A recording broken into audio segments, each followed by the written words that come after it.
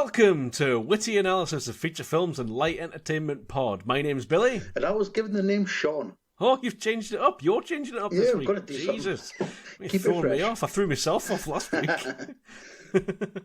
Welcome, everyone. We're now on episode 6, which surprised me today because I was about to write episode 5 on my show notes, and nope, it was episode 6. So, welcome to episode 6.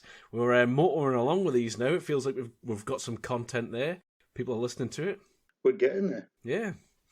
So this week, what we've got for you is we've decided to not be able to resist to review some sort of Snowpiercer. So we're doing the Snowpiercer 2013 film.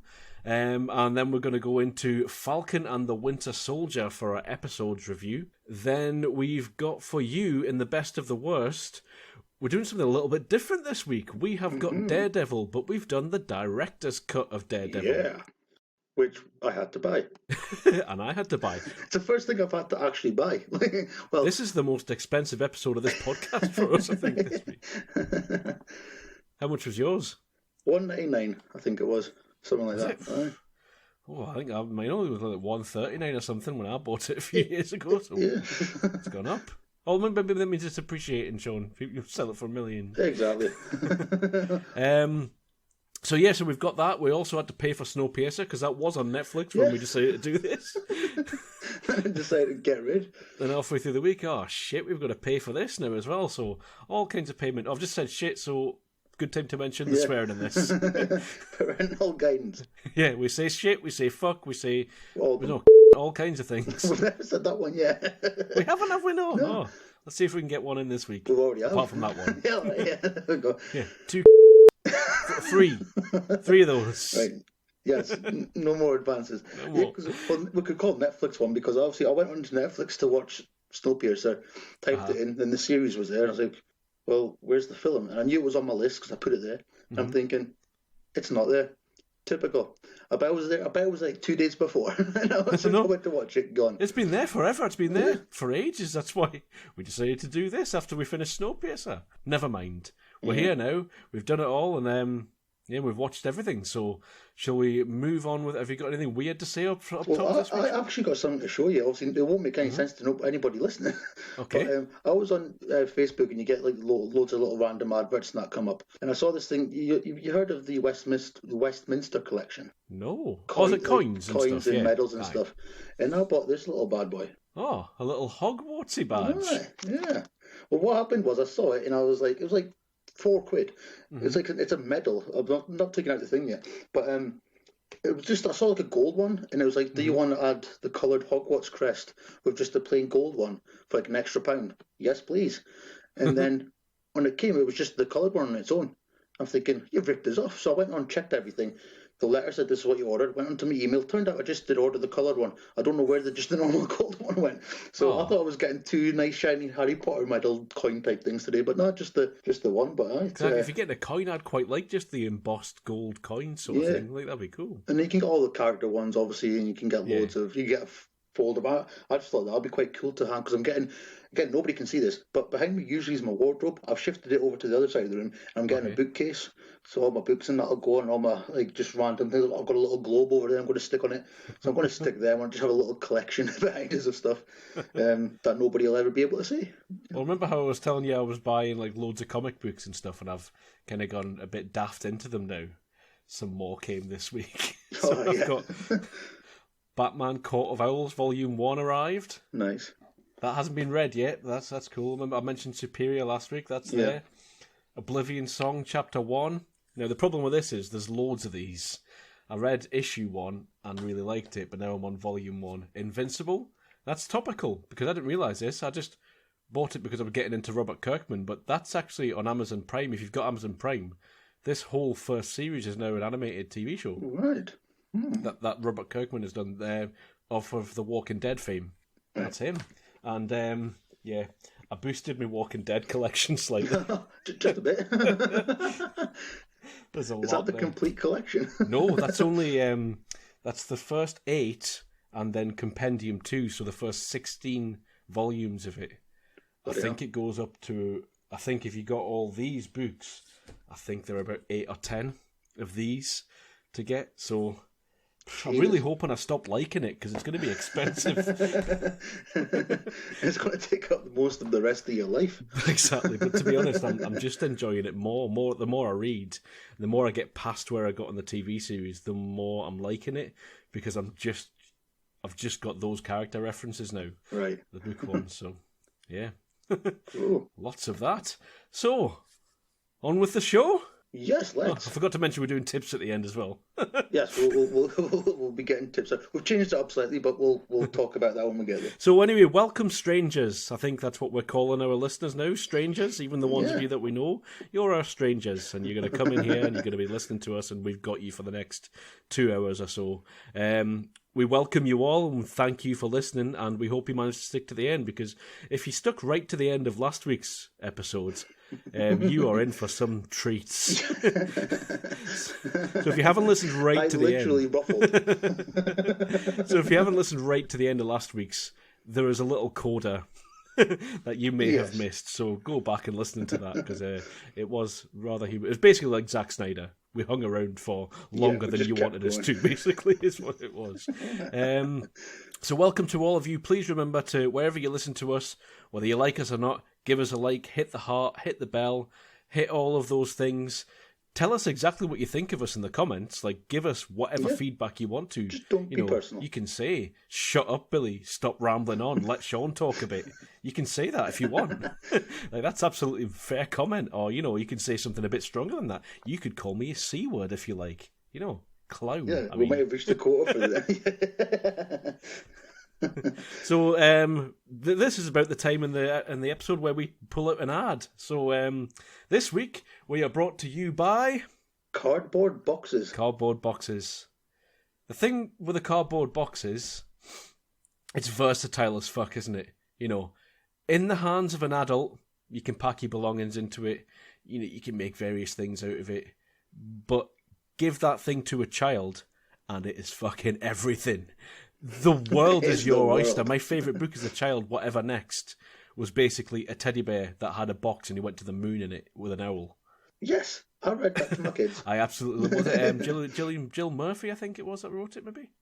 Can't remember. I think so. My favourite book as a child. So here's another tip for you listeners. Get that book, but also get some cardboard boxes.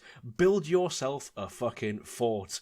Build anything you want. Pretend you're a child. You can do anything in a cardboard box. Get one big enough to fit you in. Get one big enough to fit your child in. Make sure it's your child, though. Don't go... Yes. If you haven't got children, just do it yourself. Yes. That's how we do it. Don't go looking for a child to put in a box. Cardboard boxes can be absolutely anything. They're so versatile. You'll see videos of children on Christmas mornings. They open up all the toys and then it's box play for like the next 3 days. That's why they call it Boxing Day, for the cardboard boxes. That's what it is. You know what? Now you said that, it just reminds me how much money I waste at Christmas. Absolutely. Yeah. The kids will just play with the packages. I do too, as well. I mean, we should maybe just do that. Let's just get thousands of boxes for Christmas and build something outside. Like, we'll stay up all night building some sort of Santa's Wonderland out of cardboard boxes. Yes. So that's it. Get yourself some cardboard boxes and use our discount code, which won't work, by the way, because it's not really a discount code. But use our discount code, cardboard. At cardboard. Don't cut yourself on cardboard.com. And this one will not be making us any money. We will be demonetized if we made any. Yeah, we haven't monetized anything yet, so we're all right. We're still not getting enough listeners to monetize anything. It's a laugh. It is, isn't it? Yeah. We can also bleep things out. I've bleeped things out before, remember? On with the show. Next section.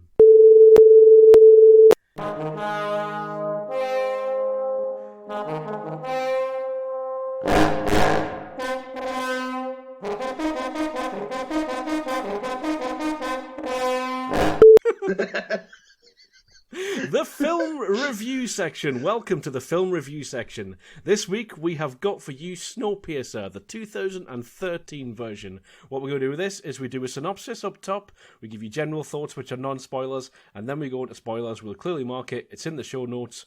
Be careful for spoilers if you don't want this spoiled for you, but otherwise, listen ahead and here we go.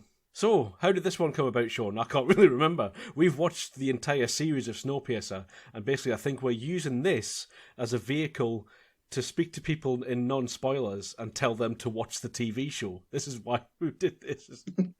Pretty much. I think we just want to keep talking about it, but in a sense. But yeah, and to be honest, it's the first time I've watched it. I've never seen this film until 3 days ago. Yeah, well, it was very difficult to get a hold of from 2013 until, a couple of years ago. And now it's even harder to get hold of. Yeah. So it was briefly available for a while, and now it's no longer available, sort of thing. So. And now we're telling, our listener about it, and it's not even available to watch for free. So just quickly up top then, if you haven't seen this and you do want to see it, it's not on Netflix, but I found a streaming service called Chili, Chili, which we're not sponsored by, but if you go on there, your first film's half price, so you get to rent it for £1.24. So I think mine was like $1.99 on Amazon Prime, so it wasn't too bad to rent right? For a few days. Yeah, so Amazon was trying to charge me £3.50, so I was like, "Fuck you!" No, you've got enough money. The bleep machine will be working overtime on this episode.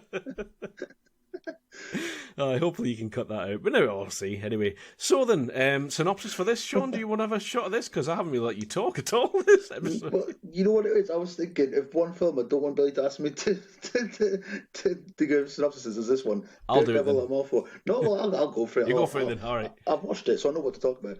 So, yeah, there's a train, a big-ass train. Basically, the world's frozen. It's gone to fuck. There was a bit of climate change battle. They tried shooting some stuff up to the sky, made it go worse. Everything's cold. There's a few people at the back end of a train are fed up with the oppression, all the crap they're going through, and they want a better life, a better existence on this big ass train. So they make their way up through it to basically kick some Wilford ass. There's a lot of fights and a lot of violence along the way. There and is some revelations. Something to do with revs. They're his revolutions or our revolutions, yeah. It's one of them, and it's also just a freaking brilliant performance by Tilda Swinton. We'll get to her in a minute. Yeah.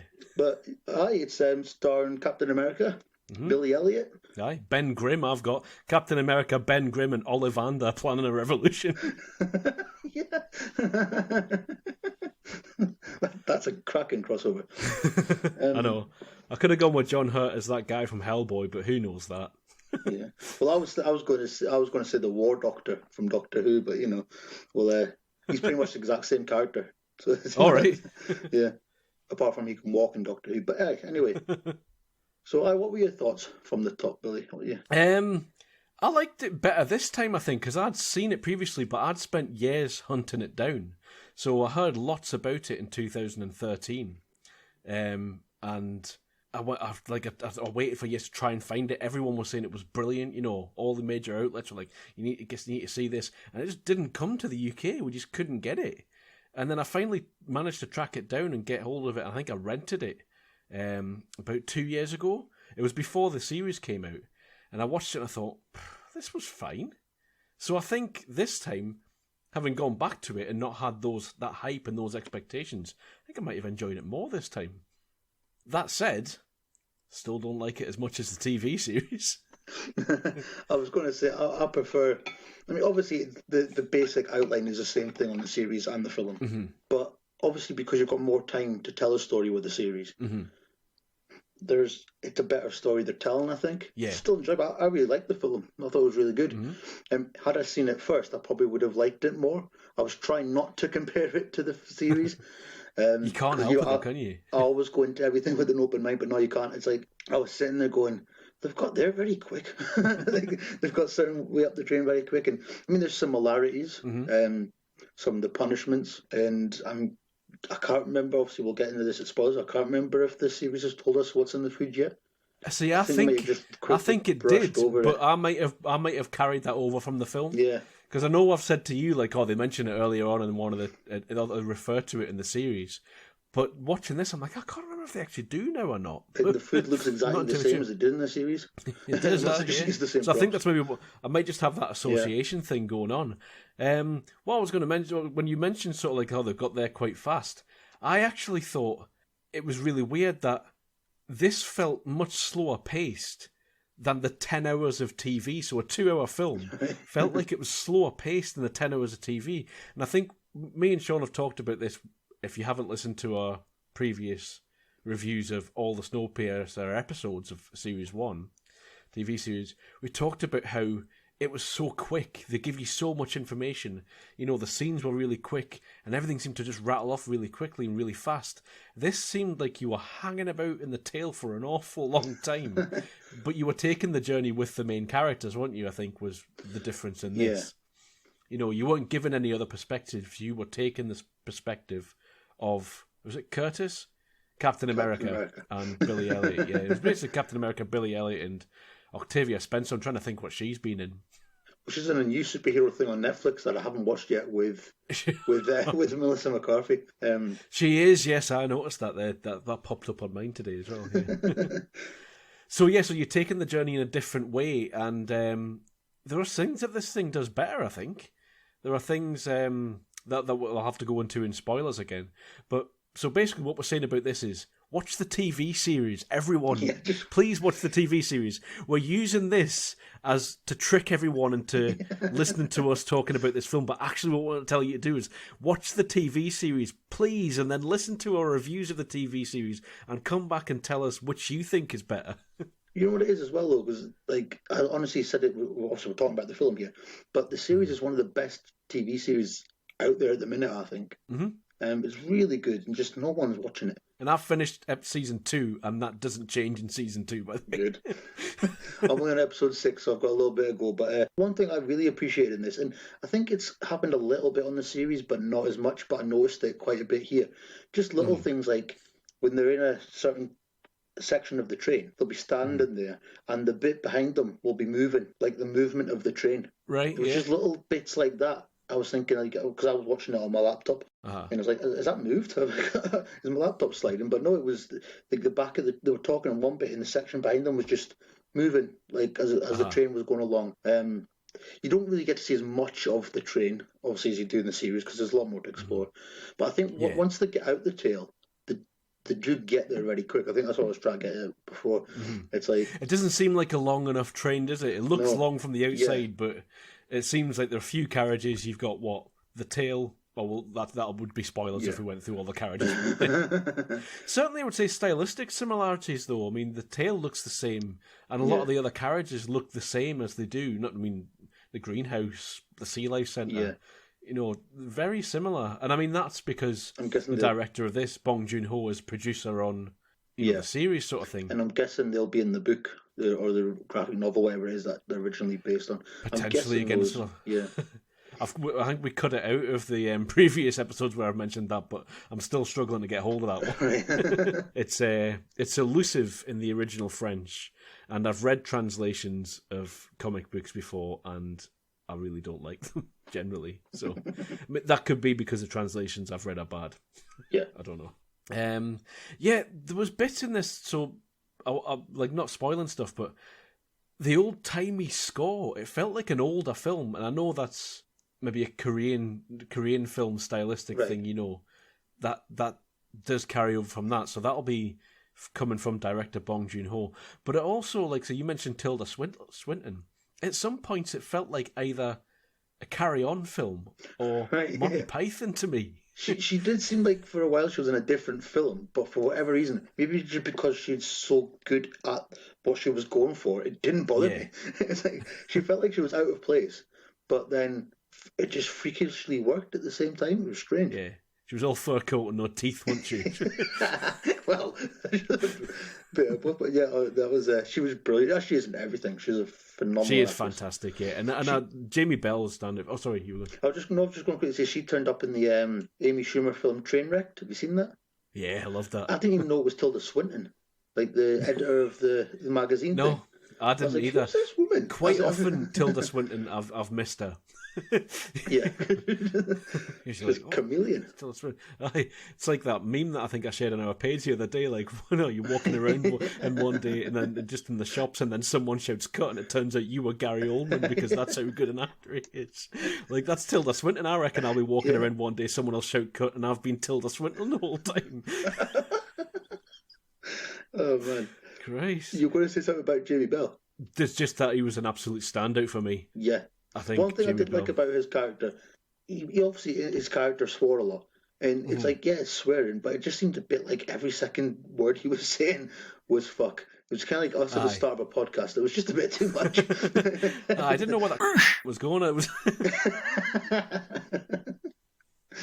No, I mean, I didn't really notice it, to be fair, because I think I notice swearing a lot less, probably because I do it a lot more myself. Yeah. But with Jamie Bell, I think his sort of aggression, you could see where he was coming from, and I can't really say too much about him without spoiling things. That's what I want to go and say. So but yeah, I just felt like he brought this energy to that character, and him and Captain America played off each other really well. I thought the chemistry was amazing. Mm-hmm. So yeah, all brilliant. I mean, what a cast! John Hurt. I mean, we've mentioned a lot of them. John Hurt, Octavia Spencer. I can't remember Captain America's name. Chris Evans. Jamie Bell. Tilda Swinton. Ed Harris. Ed Harris. Ed Harris. Just absolute belters. And I mean, I didn't know there's two main Korean performers in this. No, Kang Ho Song and Ho Sung. Yes, that's her. Amazing. Like, I thought they were brilliant in this. Really good performances, but it's quite strange. I thought that, the way they played it and the way they had it, it felt like they were very much in a Korean film, and it felt like the rest of the cast were in like sort of an American film. Yeah. And it is. I mean, that's director Bong's choice. Yeah. And it's just sort of, if you've never seen a Korean film, which many people won't have, that style of acting will be quite alien, and it'll be quite strange to you. Yeah, but they were amazing, especially the last Koa song. Mm-hmm. Like, I liked how she was speaking in English, and most of the times again when she spoke, she swore, and it was just. And I like the character, and I like, obviously, going into spoiler a bit. I won't say it, but a bit of a revelation about them that came out near the end. I think it was an all over very surprising, because again, like you said, no one really ever talks about it. When it came out, I heard a few good things, but no one, especially here in the UK, just couldn't get it. It's a genre thing, isn't it? The people that were talking about it were the people that we generally listen to about films and things. So, yeah. So I was thinking I was going to like it, but I liked it a lot more than I thought I was. So I was pleasantly surprised by it. Good. Well, that's good then. So a recommendation, I would say it's worth £1.25 of your money to have it, just to give it a look. And if you like this, then you're going to love the TV series. Watch that for free all day on Netflix. The series is better, but I think it's because they can't go into it more. It's a different story as well. Absolutely. Even though it's based on the same thing, different story, different characters.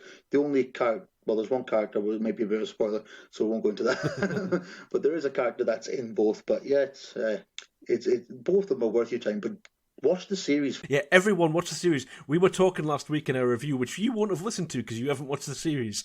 But please watch the series. We were talking about how amazing it was, and then realised that no one would be listening to us saying that.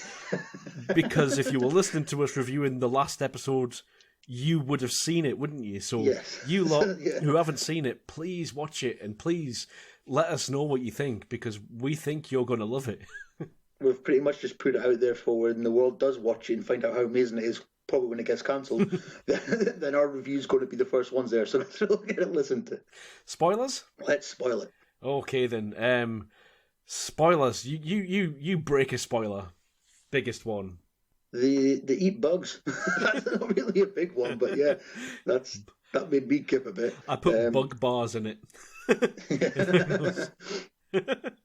Bug bars, yeah, it's an odd one. Jump right to the end for me. That's everything fucked, isn't it? Yeah.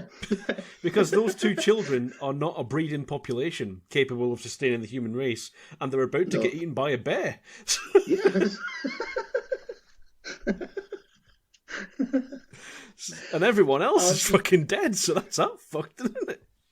I'm hoping there'll be someone in that massive train that survives somehow. So I hope that's my hope. But yeah, even then, there's still not going to be enough to have a breeding population of humans. Yeah. But that concept always baffles me, right? Mm-hmm. Say, with the last two lives, we have to repopulate the world. You can't. But the world's just going to be massively incestuous. It wouldn't work. There's not the genetic variance to allow for repopulation. Yeah, and if you do for a little bit, then your kids will have to carry on the job. It's just not right. Just don't do that. So yeah, that's it, isn't it? Yeah. But I did like the end though. I like that. I like the, it's just them against A bear. But then again, that could hint of like, polar bears have survived. Maybe there are more folk out Yeah, there. the polar bear just looks at them as if like, what are you doing on that train? Everything's fine out here, by the way. I hibernated for 14 years or 17 years, whatever it was. Yeah. And now here I am. There we go. That's it. So this is slightly longer, isn't it, than the TV series? Because the TV series, when they kick off their revolution, it's 7 years, where this is 18 years on the train, sorry, isn't it? It's 17 at the start, and then they have a new year in the middle, don't they? Yeah, Happy New Year! What the fuck was that? Yeah. And they're in the middle of a battle, cutting each other's faces up, and then it's like, Happy New Year! I've actually realised I do have that in my notes. So yeah, I love that scene. I love that battle scene in the night vision fight. Is that bit? Yeah. Yeah. And then they're just having a massive brawl, and they just stop to celebrate, and then carry on. It's like Wayne's World when they're playing hockey, and it's just like car, right, game on. It's just like, wait, New Year, right, carry on killing. You each mentioned other. the night vision. I loved how that looked like. It looked like sort of leaked footage from a police brutality thing, didn't it? No, it looked like it looked like North Korea. It looked like someone was sending footage of police beating up insurgents in North Korea somewhere, right. And that's the thing that you get. Again, we mentioned it last week I mentioned it last week and you agreed with Baby Teeth. But having different voices in film is always interesting. And director Bong being given this film to do with a reasonable budget can only be a good thing. We've got diverse voices from all over the world now. That's coming across more in cinema over here. I say over here, I mean America. Hollywood films, basically, What are we, the Western world? I think we're the West are, yeah. It depends on which way you go. Yeah. If you go east, you'll end up back here. We're all passengers on spaceship. Unless we fall off the end, because it's flat. Who knows? Public announcement: we don't believe we don't believe that. No, we're not idiots. Well, we are idiots. Sorry, yes, we are idiots. Yeah, we're fools. But I've seen pictures from space. Right? So yeah, I think it's just really good. I don't know why I talked about that. One thing I hinted at before was Kang Ho Song and Ko Sang. Brilliant performances. We're led to believe that they're addicted to Chronol, which again turns up in the series, and it turns out they're not. They're just building a fucking bomb. Yeah. Because the Chronol's highly flammable. Chronol's very different in this, and I wonder, it does make me, watching this and the series makes me wonder more about what's in the book. Right, yeah. What is Chronol in the book? Is it that thing that keeps you in the dark? Because the drawers in this are just drawers where that guy's having a kip. Yeah. I like when they wake him up, he starts like fighting them. They think he's going to kick off, but he's just looking for the key so he can get his daughter out the other one. It's brilliant, isn't it? And there was like I prepared possibly for a rapid refresh on this, but some of the things I've got, like, they have a Hulk, we have a ninja. Yeah. They've got like a Hulk, and then this ninja just comes up and takes him out. Loads of. Oh, sorry, you were going to say something there, weren't you? No, I was just going to say the guy who plays that ninja guy doesn't speak in this film, but he's a cracking actor. Brilliant. He was in the TV series Skins over here. He's in Our Girl. He's in the Three Musketeers series that I never really watched, but he's been in quite a few things. Good actor, but yeah, he just didn't speak in this. I know, but I didn't get who he was to John Hurt. But again, like you said last week, you can do so much with a look, and he does. Yeah, he's got surrender or die tattooed on his arm. Yeah. And a look in his eyes, and that's all you need. He's going to kill that guy because he's got an axe to his throat. He means it. He's serious. He's fucking violent, this bloke, and he's capable. I didn't know the character's name because I don't think they said it, so I went on IMDb. But Franco the Elder, he's called. Okay. It's like the two guys in suits that are sitting at the start when the guy from Trainspotting gets his arm frozen. Yes. Aye. One guy is leaning on the other guy's shoulder. Is he from Trainspotting? The guy who gets his arm frozen. Is he Spud? Spud. I didn't realise that. Yeah. What's the guy's name? I'm just going to be here all day if I keep thinking about it. But so yeah, when he gets his arm frozen, there's a guy leaning on another man's shoulder. So not the leaner, but the leanee, the one being leaned on. When he fights them in the sauna. Yes. Aye. Like, he's a machine. Yeah. Like, he's an absolute machine. And even like John Hurt's silent friend, he can't even. He kind of loses a little bit towards him. and he's just beating the shit out of her. He gets stabbed, keeps going. I know. Like, who is this guy? I sort of mentioned that as well. That again it's more of a, I wouldn't say a trope, but more of a feature of Korean films. You just have a badass guy that comes out of nowhere. And you're like, and he's just indestructible for some reason, superhuman and silent, like a silent sort of overbearing presence. And I wrote down that when I was there, I was like, he just comes out of nowhere, and I wish he was established in some way. But if he'd been established, that would have completely taken out what they were going for with it. I've got a lot of fucking The Matrix references. I don't know why I'm thinking about The Matrix so much recently, but, you know, Ed Harris is the architect in The Matrix. That's pretty much the same scene as Neo and the Architect with Curtis and Wilford at the end. Yeah. Where he explains what's that, you know, this is a measure of control, and I've planned all this with Gilliam the whole time. It's like, what the fuck? And the Keymaker thing from The Matrix 2, like Kang Ho Sung is basically the Keymaker. Because he goes in and you just open all the doors. Like that's another Matrix 2 thing. So I was like, God, did they get a lot of this from The Matrix, or is that just me putting that on the film?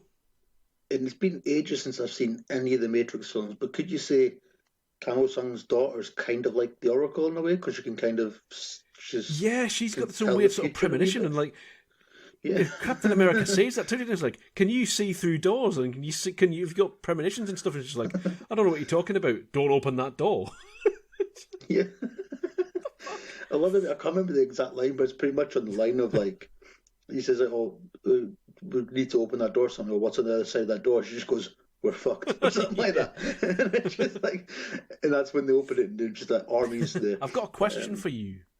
Okay, hopefully I've got an answer. Because I noted it down. I just said, what does Sean think of this? And I'd written down. I wrote down. In the things that you wrote, I said that there was way less nuance to the characters in this than there is in the series. In this, so like to First Class, there is nothing. You don't really, you don't really get. Well, you don't meet anybody. And really, I sort of also meant like Tilda Swinton / Ruth by that as well. Like, you'll be seeing as you're going through season 2 things about Ruth. Yeah. You know, and... Maybe less at the minute. I'm on episode 6. A little less fuck you, Ruth. Yeah, a little less. I've not said that much. No, me neither. And I think you might change slightly more as it goes, but I'll say nothing more about that. No. Sorry. At the minute, it's all fuck you, Wilford. Aye. Him, that bastard. He's a dick. I'd have left him trackside as well, that fucker. But Sean Bond's amazing in that anyway. Is it Sean Bean or Sean Bond? It can't be both. So I thought about what. So I was just wondering what you thought about the difference in the nuance of the characters that you get in the series versus almost archetypes that you get in the film. It didn't really stand out to me as much in the film because obviously we don't really meet a lot of other, like, you know, you've got Tilda Swinton, who's just mental, and you've got Ed Harris's little secretary, female. We don't really know who LJ, she is, but she's a bit of a bitch. yeah. She's a less developed LJ in that situation. Yeah. But apart from that, we don't meet anybody else. We walk past, like, I thought the First Class looked like they were in the Edwardian times or something. They looked like you went back in time. As you went it was that on. sort of like comic book garish, sort of over makeup and just overdone, wasn't it? It was foppish kind of.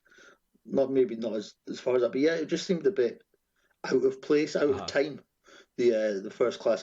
I think if we spent more time there and met more people, then it might have. But it didn't really stand out to me. There's not much of a, it was just kind of like lower class fighting to get up the front, and that was it. And everybody kind of just fit into that stereotypes, like you said. But I think because it was only just a 2 hour, like, well, not even a 2 hour film, I can't remember how long it was. 8, I think it was. Yeah, so it didn't really bother me that much because it was like these are who we were focusing on. This is the story. Go with the series. It's kind of like, because it did what a series had to do, it just annoyed me a little bit. It was like it kept you guessing and kept you going. But it gave you a lot of different perspectives, didn't it? I think, and that this is just very much from the tail up the train. And with the series appealing a lot of the characters, and but yeah, I liked it. I was going to ask you one bit about it. Uh-huh. The scene near the end when Chris Evans and the door opener.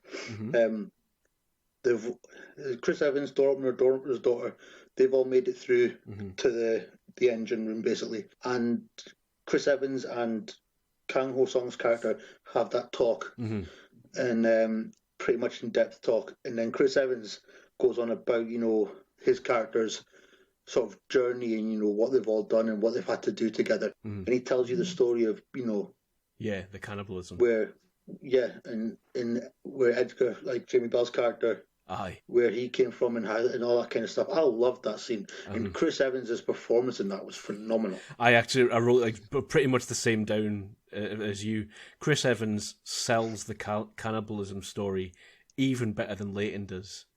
Yeah, I thought it was amazing. It's amazing. But he did waste the last fag in the world.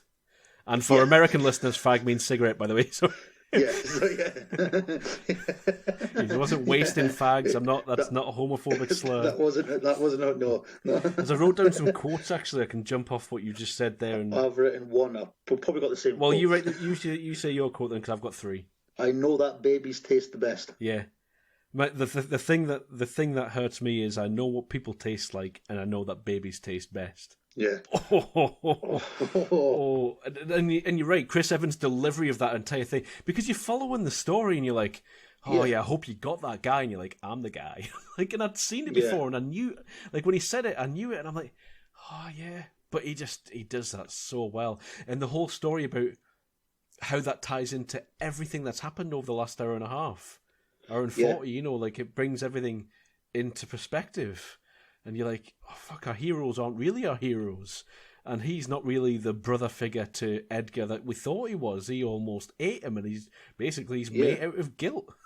But it just showed you, because a lot of times when I see kind of films or shows or whatever that are set kind of post-apocalyptic, starting the world again type thing, this goes into things that nothing else has really gone into, like cannibalism and, just what you have to go through. Yeah, he's done that horrible thing, and it's like we probably have to think about doing those kind of same things if we were ever in that situation. Oh yeah, I mean, if there's no food and there's people, then you're gonna have to eat people to survive. It's when you say you have to eat the weak. Yeah, I'd be one of the people they were eating. I'd be gone straight away. I would not be the cannibal. I would be the cannibalized. Me. And I love again, the characters are really layered. Like John Hurt. We're led to believe, because of Chris Evans' story there, when he's on about, he's got no arms or half an arm, half a leg. It's because he's chopped them off to feed people. Yeah. And then at the end, we find out that he was in on it with Wilfred. And it's kind of like, is he good? Is he bad? No, he does what he has to do. He's just doing what he has to do, and the thing is, he's all in. Yeah. But he can see everything. He's working with Wilfred, but he's also seeing and pulling the strings. Some of the sacrifices he's making, he's so bought in to this idea of order that he's cutting off limbs to maintain it. And he's also cutting off limbs and living in the tail to create this ruse that you need to rebel and, all that sort of stuff. It's really well written, really clever, really well done when you actually sort of started going to it. I had another couple of quotes as well. I'm going to indulge me for a little bit. The other one was John Hurt at the beginning. I'm a shadow of my former shadow. Yes. I thought, I've never heard that before, but that is amazing. Yeah, yeah. Really good line. And the other one was Tilda Swinton. The water comes in the mouth, not in the bum, Curtis.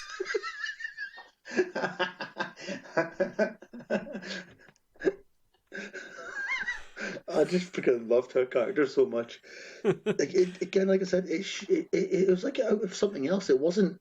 It was. She was out of a carry-on film, wasn't she?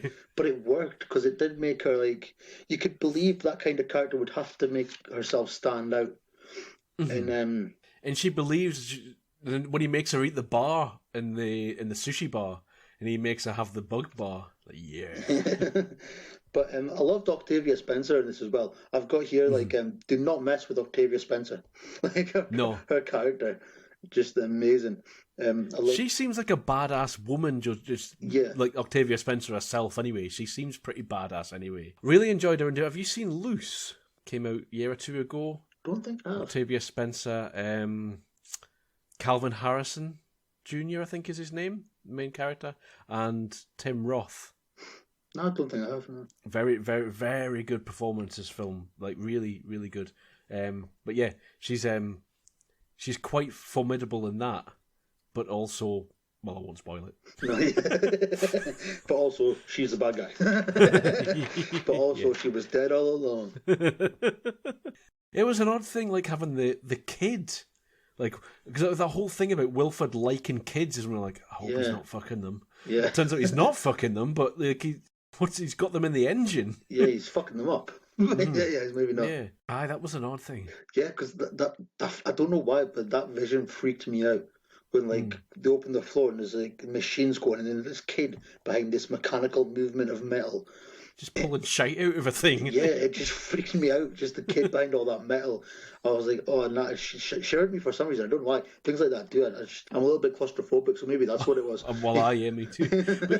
But then the kid just gets up. Another kid gets up and just walks up and just sits in the engine. And and then just like zooms back. Like, yeah. What the? Me and Billy are both just leaning back, by the way. The Eternal Engine song is weird, isn't it? Don't go outside. What happens when we go outside? We all freeze and die, whatever it was. The whole classroom scene just freaked me the fuck out. But the thing with that is, I don't think it's much different to what we do with children in everyday life. Yeah, but the way it was presented. Ring of Roses is about the plague, but kids don't know it's about the plague. That's the difference. I mean, I live in an area where each town has its own song with varying degrees of xenophobia. Yeah. Inherent, entrenched within the songs, I lived 10 miles away from a place where they banned women from riding horses up until 2 years ago. You get children to sing songs, and when you really think about what you're asking them to sing, these are some quite bad and outdated ideas that we might want to update slightly. At least this one was functional in this. It was like, don't go outside or you'll freeze and die.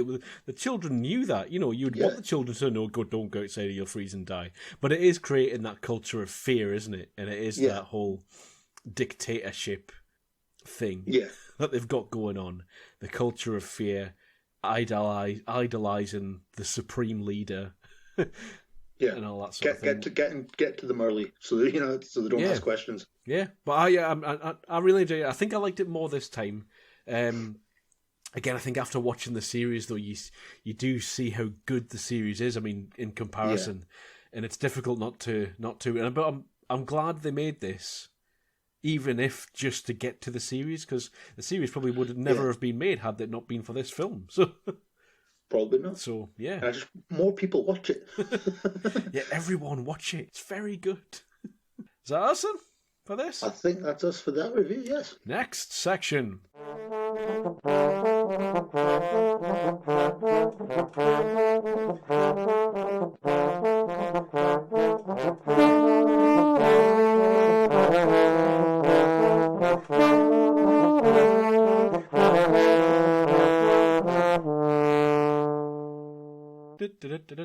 Welcome to the TV series review section.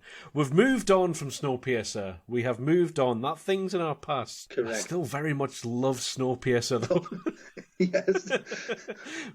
And I might be comparing this to Snowpiercer as we go through. We'll find something, yeah. But now it's time for Falcon and the Winter Soldier. We've moved on. This is our new series, Falcon and the Winter Soldier. One that's just out, so it's topical. It's topical, yeah. It's on time. We're a couple of weeks behind, but never mind. We wanted to finish Snowpiercer so badly that we weren't going to jump into this. So, Falcon and the Winter Soldier. Should we do a rapid refresh? If you've got one, why not? I wasn't sure if we're going to keep going or not. I can't stop. Crack on. I love it so much. Right. Are you ready? Ready? Yep. 1, 2, 3, and what time are you going for? I'll go for a minute for this one. Yeah, let's go for a minute. 1, 2, 3, and go. Okay, so episode 1 of Falcon and the Winter Soldier, The New World Order. Falcon is Iron Manning his shirt. Falcon also demonstrates why he's cooler than Captain America. Someone's spending millions to reboot Airwolf. There's more interesting news about the blip, and Cap is on the moon. Anthony Mackie and Terrence Howard visit Cap's America's museum. What a nightmare. And Bucky has a bucket list. and he's doing his reparations. An old man and his wingman are hitting on barmaids. Sleazy. Uncle Sam. I just thought that was funny. Sam tries to force his sister to continue running a dead family business. Bucky is 106 and struggling, having killed people's children. Anonymous-style bank robbery, and Falcon's mate is a fucking idiot and the worst undercover agent the world has ever seen. The Avengers get paid in starky comments, and there's a shit Captain America who looks like he might be Star-Lord's brother. Oh, yeah, you were 0.63 seconds over. we'll call that a success. I'll go with that one. I did sort of take my time a bit, and then I was like, if I'm going for a minute, I'm gonna have to get into this. It was actually a little bit shorter, but I added that thing about Star-Lord's brother right last minute. Because he is what's his name, Wyatt Russell, isn't he? Kurt Russell's real life son, and Kurt Russell is Star-Lord's dad in this universe. So I didn't make that connection, but it's a linky connection to make. Yeah. So what we do in this one is just to let everyone know it's all spoilers from the top. So if you haven't seen this, watch it. Yeah, you've already been spoiled. We're going to spoil everything for you. It's always all spoilers. You should know this by now if you've been listening to the Snowpiercer one, which we know you haven't, because no one's watching Snowpiercer. So what do you think of this episode then, Sean? Falcon and the Winter Soldier. I really like it. Right? I really like it so far. Obviously, going into episode 2 as well. I'll get straight in. I like them both. Yeah, I mean, I'm liking the setup. I do like, and obviously, and I said to myself, don't compare it to WandaVision. It's in the same world, it's in the same set of stories, technically the whole MCU, but I'm going to compare it to WandaVision straight away. I love how it's so different. Like, it has to be, because it's based on different things, telling different stories. But I love how it's sort of like an espionage type sort of spy thing, which it should be for those two characters we're focusing on. I love the whole sky battle at the start. I love that, yeah. I mean, like, I mentioned Airwolf, but I used to love Airwolf. Yeah. Yeah, I don't think I've ever watched it, but it was all that. It was all just like a massive air battle at the beginning, and then just people talking from the waist up for the rest, and then a bit of an action scene later on. I like how the I'm guessing they were bad guys. The French guys had like the little, what I call like the flying squirrel type suits. And I love how they were just like fly and then they just close their arms and legs and like zip into the They did some really interesting things with that, didn't they? I've never seen done. And, impossible, obviously. Yeah, but, we're in a world where there's, there's, as they say, wizards. What is it? The three, like the wizards. Oh, yeah, I've got that spot next. But yeah, the big three, aliens, something, and wizards. Aliens, androids, and wizards is the thing. Yeah. So, we'll let them off with things that aren't quite But possible.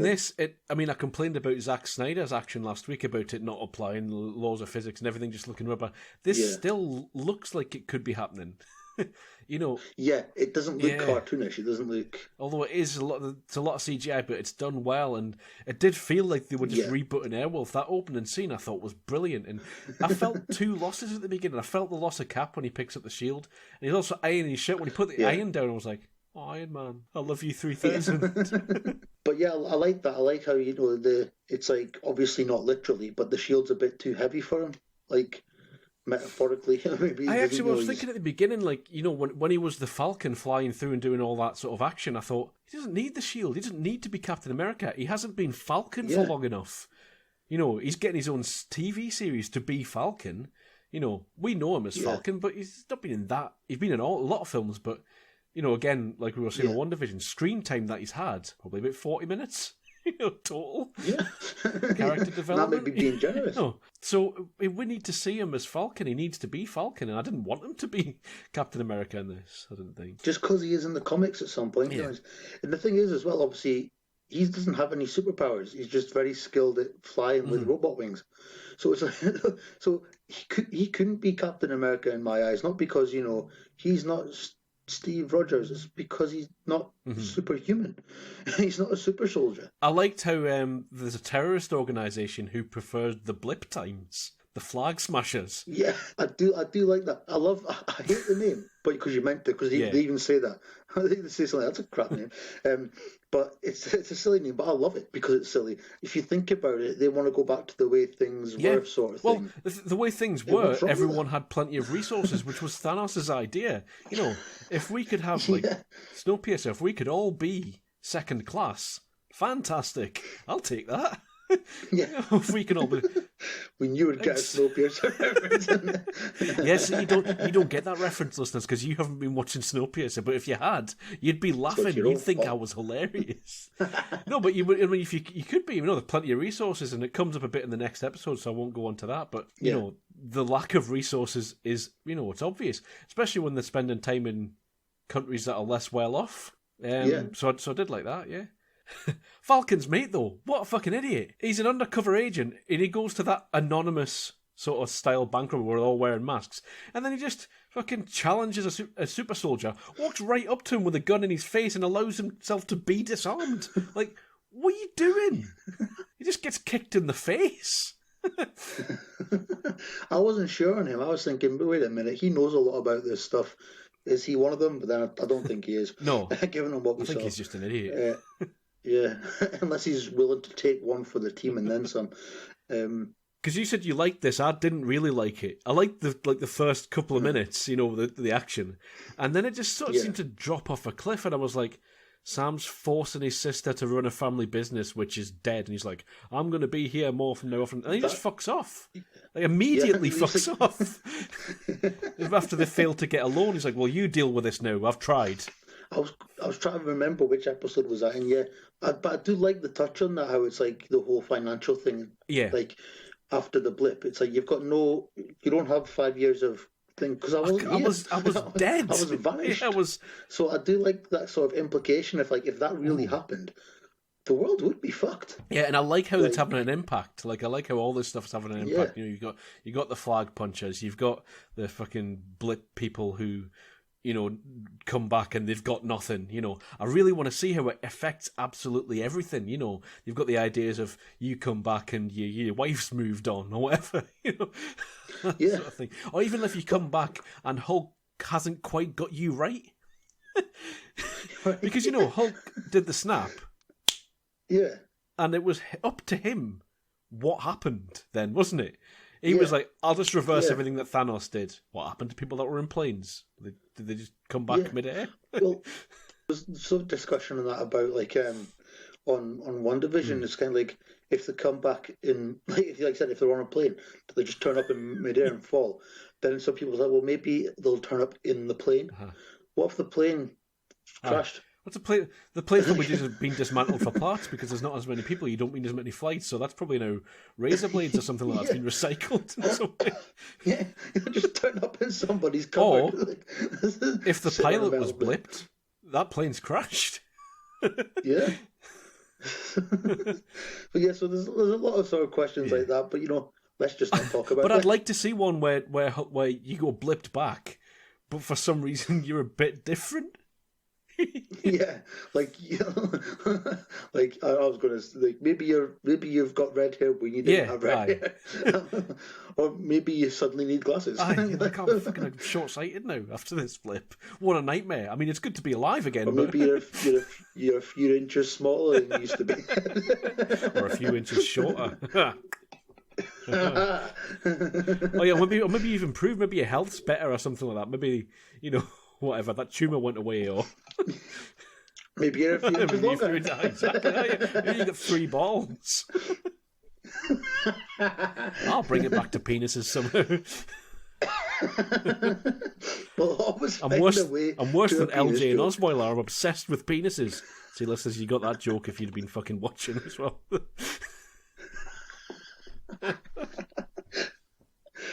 Oh man, so aye. I do like that Bucky's haunted though. Yes, I've got that as well. I like that could be interesting. It's not at the minute, but it could be interesting. That guy that he was out having a drink with, and then he's like, he's a 106-year-old. That fucker hitting on young ladies. Yeah. Like, is that weird? Is that like the vampire thing in Twilight? Like, oh, would you go for an older man? How much older? Well, I'm 85. Oh, fuck. I like how though it's like those kind of things are impossible, so it's like they can get away with it, but like when you break it down, but it's like we'll let it off because we enjoy this kind of stuff. It's like Back to the Future. Nobody talks about how he's a bit incestuous with his mother. That's all I talk about. But it's like we'll not mention that because we like Back to the Future, and I wasn't talking. I was watching something about Big the other day. No one will think, yeah, that's Big's a great film. So we'll dodge past the pedophile. It's that. Well, the thing is, if it was the opposite way around, and that was a bloke, if she was a bloke, that little wry smile that she has at the end, as she watches them walking off, and she's like, "Ah, I fucked that child last week." Oh. Yeah. She just smiles and walking off. I'll come looking for you in 5 years. I know. Look me up. It's on. I mean, she even says it's like, "Oh, you sound like my dad." Like, yeah. Oh, that's a pull the collar moment. Little do you know, love. I could be your dad's dad. Yeah. Aye, creepy. But I do like the whole sort of like how he's got to have therapy and stuff, and he's clearly not wanting to do it. No. So I've got here, right. Did he kill Yuri's son? And I wrote ... You know he did, and I just wrote ... Yep, he did. Yeah. I mean, that's sort of the flashback at the beginning. Like the first thing you see is a flashback. Yeah, because it answered my own question as I was writing that note. So I was like, oh yeah. Looked up to watch it and kept on writing. Looked up. I fucking knew it. It was a bit obvious, but it's still a good angle. I didn't put it together until I'd seen the photo, but no, because as soon as he was walking there, I was thinking, yeah, it's his son. I'm just thinking. The first time I watched these, though, I watched them through once, just without anything. So I'm not taking notes and I'm not trying to think of anything. I'm just trying to watch it as a watch sort of thing. So that's maybe why I just sort of along for the ride the first time. And I like how they're not shying away from that with the Winter Soldier. He is an assassin who was mine. That's got to fuck you up, you know. So yeah, they are dealing with stuff and they are taking it on. I just didn't really find it all that interesting, but I'm hoping that it's going to improve as it goes on.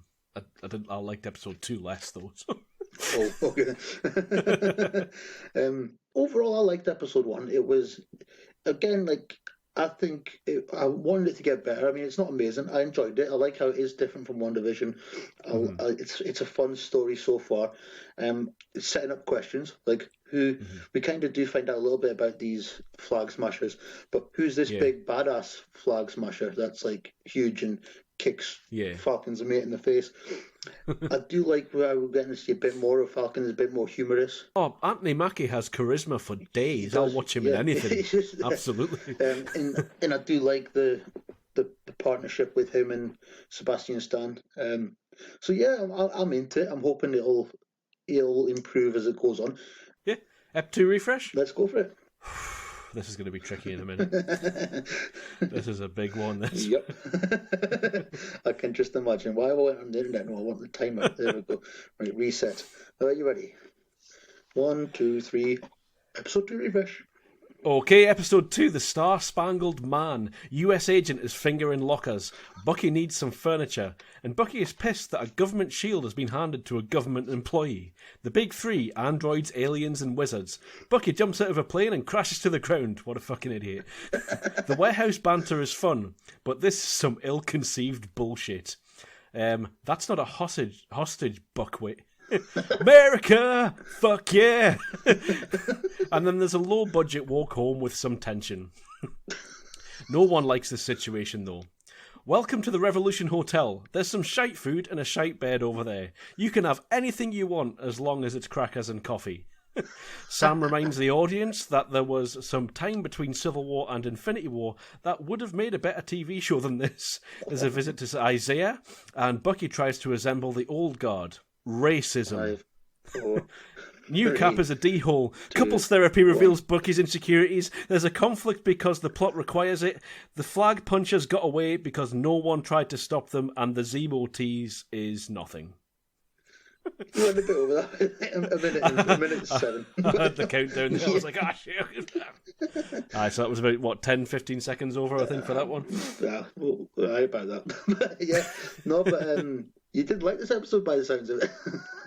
This one really wasn't for me, no. I was bored halfway through. I thought it was just all like, now they're creating tension between... Right, what I did like... I'll say what I did like. I love chemistry between Anthony Mackie and Sebastian Stan. I think they're funny together. I think it's really interesting. Watching those two play off each other might hold me through this series. But I didn't like any of the tension that they created between Captain America. Little Bucky, you're 106-year-old, grow up. Yeah. Like, it's just a shield. And yes, Captain America means something to you, but you should have had the shield in that case. You know, whatever. It's just... No one's going to give it to him given his past. Yeah, it just seemed as if, like, they could have had a conversation and resolved this in a couple of minutes, I thought. Yeah. I mean, I've got here that this bit, like, it shouldn't. It's going to carry on, I think, a little bit now. Again, they might have a little dig at each other. I did like a little group therapy session. I did like that. Yeah. Again, scenes with those two, yeah. I can watch. Even that warehouse stuff was really fun. Yeah. But it was like you would have made a plan before you come in. Bucky's right. You would have had a plan. Also, Bucky's superhero landing needs some work.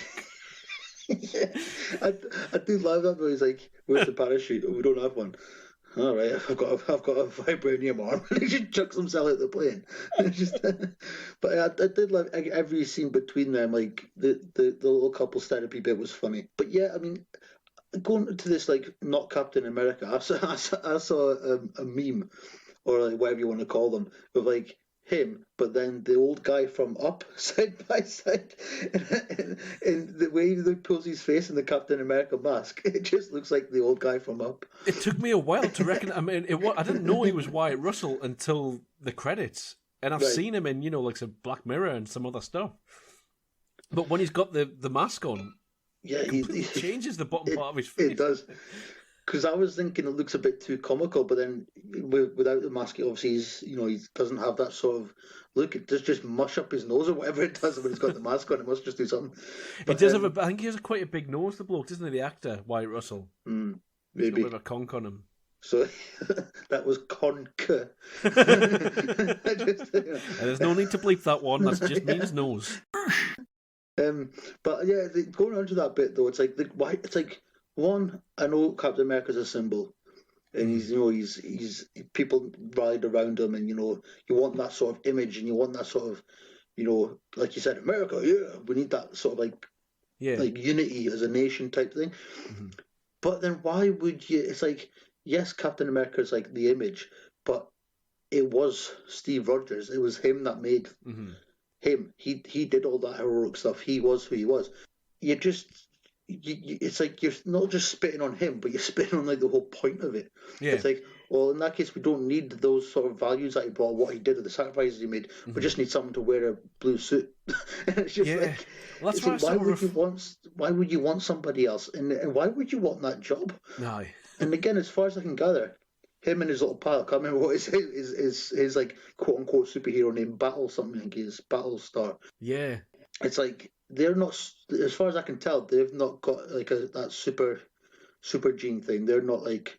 No, they're not. They're not super soldiers or anything like that. They're super soldiers. That's the one I was looking for. He's just a brave guy, isn't he? Sort of thing. He just sounds like he sounds like he's a freaking great Marine or whatever soldier, he was. I don't see why they've. I also don't know where he's getting his missions from and stuff like that. Like, is he? Because there was the whole Sokovia Accords thing, and They allude to it when they say, I remember the last time you stole the shield, and I was like, oh yeah, I would like to see a TV series of them on the run, like that thing. I thought we were going to get a few, after Winter Soldier, I thought we were going to get a few films like that with Black Widow and Cap on the run with Falcon and things like that, but we never did.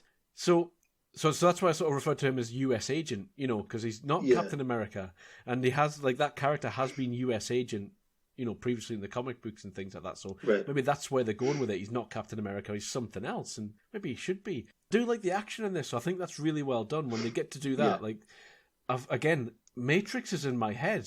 Because I thought when I was when the action scene on the cars, I was thinking of the Matrix scene in the Matrix 2, where they bought that whole stretch of highway and stuff and did that. Right, yeah. It was a really good action scene, that, I'm hoping that is, because I obviously in the first bit I've called it the sky fight. Mm-hmm. This one I've called the truck fight. Yeah. So I'm hoping there is like a bit on every episode. There's like a big fight. Mm-hmm.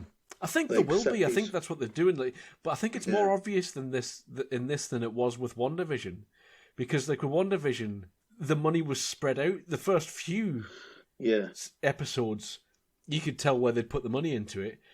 But they didn't need any money in them because it was historic sitcoms, so they could save all the cash for the end, when they had the big battle. Whereas this, they're going to have to put bits staggered in between to keep people interested, because otherwise it is just them walking alongside that Jeep talking to Captain Not America or whatever, not Captain America. Captain Not America. Captain Wannabe. Right. What did you think? Because I'm still trying to make sense of it, to be honest, and I'm a bit nervous about talking about it. But that police business, when they were in Baltimore. Oh, yes, I hear. Yeah, they go speak to that guy who... Isaiah, who turns out to be a super soldier as well. And, it's a whole thing about, like, why didn't they use him? It's like, it's hinting at, well, because it was the 50s and he's black. Yeah. That's kind of what they were hinting at. And the sad thing is that would probably be the case. Mm-hmm. And he's also, he has been through enough, and, like, Captain America didn't know about him because Bucky chose to withhold that information. And that's all fair on Bucky. I quite liked that. Yeah. I was thinking during that... He probably wouldn't get the same treatment as Captain America and Bucky got. Yeah. Well, he wouldn't get the same treatment as Captain America.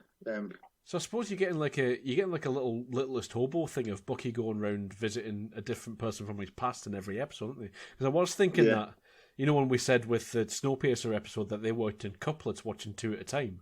When I watched this one, I thought, this one feels like it's got nothing to do with the first one. It feels like a completely different thing. Which is, again, it depends on what you're going for, but it worked for Snowpiercer to feel like that. And this is just like story of the week. Let's see what happens next. But yeah, that whole bit when they leave that Isaiah's house, having an argument. They're having an argument, and the police turn up. It's like, is he bothering you? It's like, oh, fuck. I think it's just, it annoyed me because it's happening, and it's just like it's not close to home literally, but as like I said previously in this episode, as citizens of spaceship planet Earth, we're all it happens on our world, and it's just kind of like, and that's what annoyed me.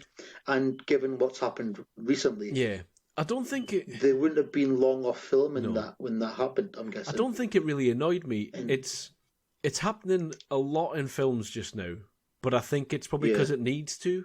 The awareness needs to be there, and I see it a lot in the films that I choose to watch, but that's just because I choose to watch a lot of films that maybe aren't reaching a wider audience and things like that. So you see it happening all the time in films now. There's always a pulling a black person over in a car, hands on the bonnet and stuff like that. Yeah. And it seems now like every police person in everything that I watch is being portrayed in this way, and there are good police officers out there. Not everyone is racist, but I think this show needs to do this because this has got the wide reach. Yeah, definitely. So, I mean, it didn't annoy me in the sense of like, oh, here we go again. It annoyed me because it just holds a mirror up. I mean, I'm personally not like that, but it annoyed me because obviously I know that there are people out here like that, and it's just like, humans can be fucking awful. Yeah. So it got me in that sense, not annoyed like, oh, here we go again.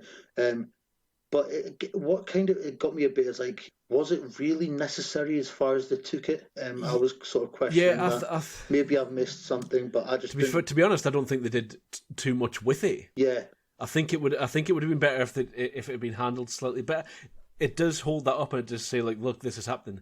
But all that needed to happen was, it's Falcon, and then it was sort of brushed over. You could tell from Anthony Mackie that he still wasn't happy with it, and he played it well, I think.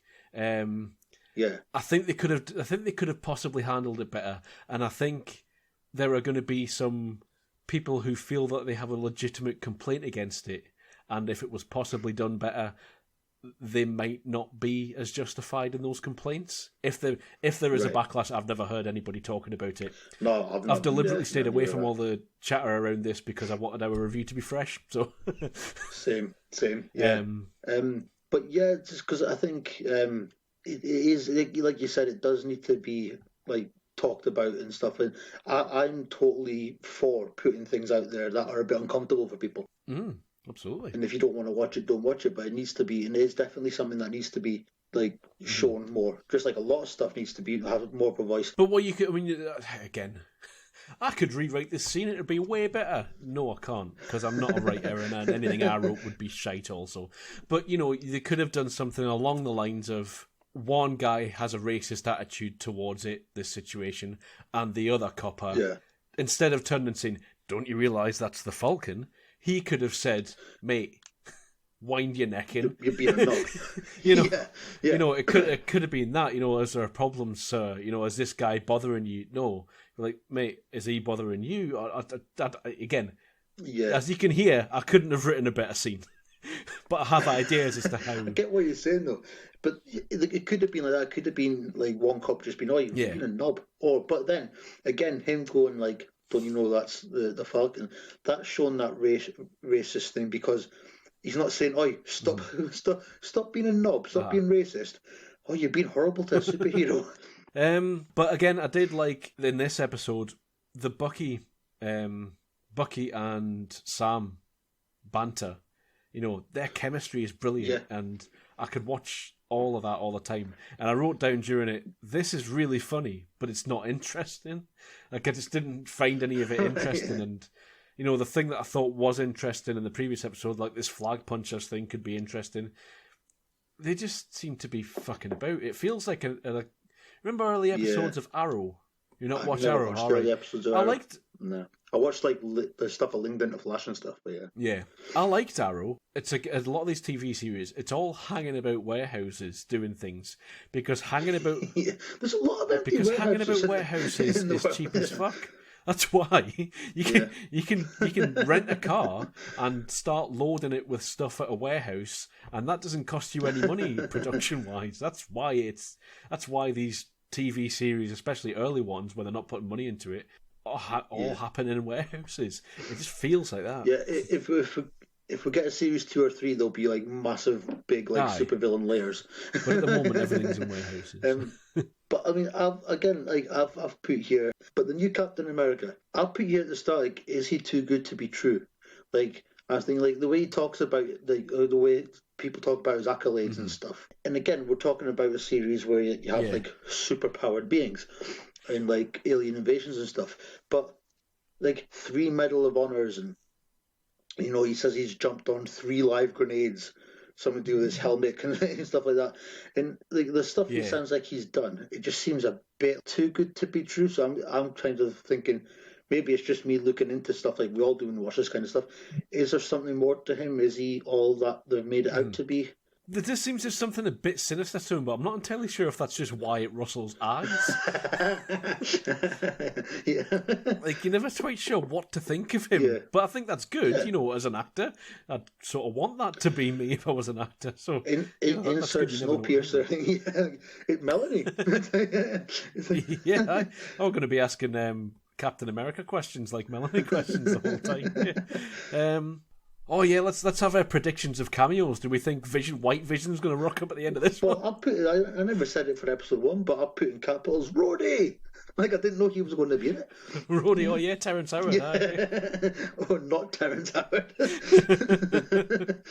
I wonder what he feels about this. I wonder if he can't watch Marvel films. Like, if he cares, and like, I don't know if I can't remember why he didn't want to do it anymore. I think I heard, but I can't remember. But if it was me, they just replaced him. I thought it wasn't his choice. Oh, I thought it was.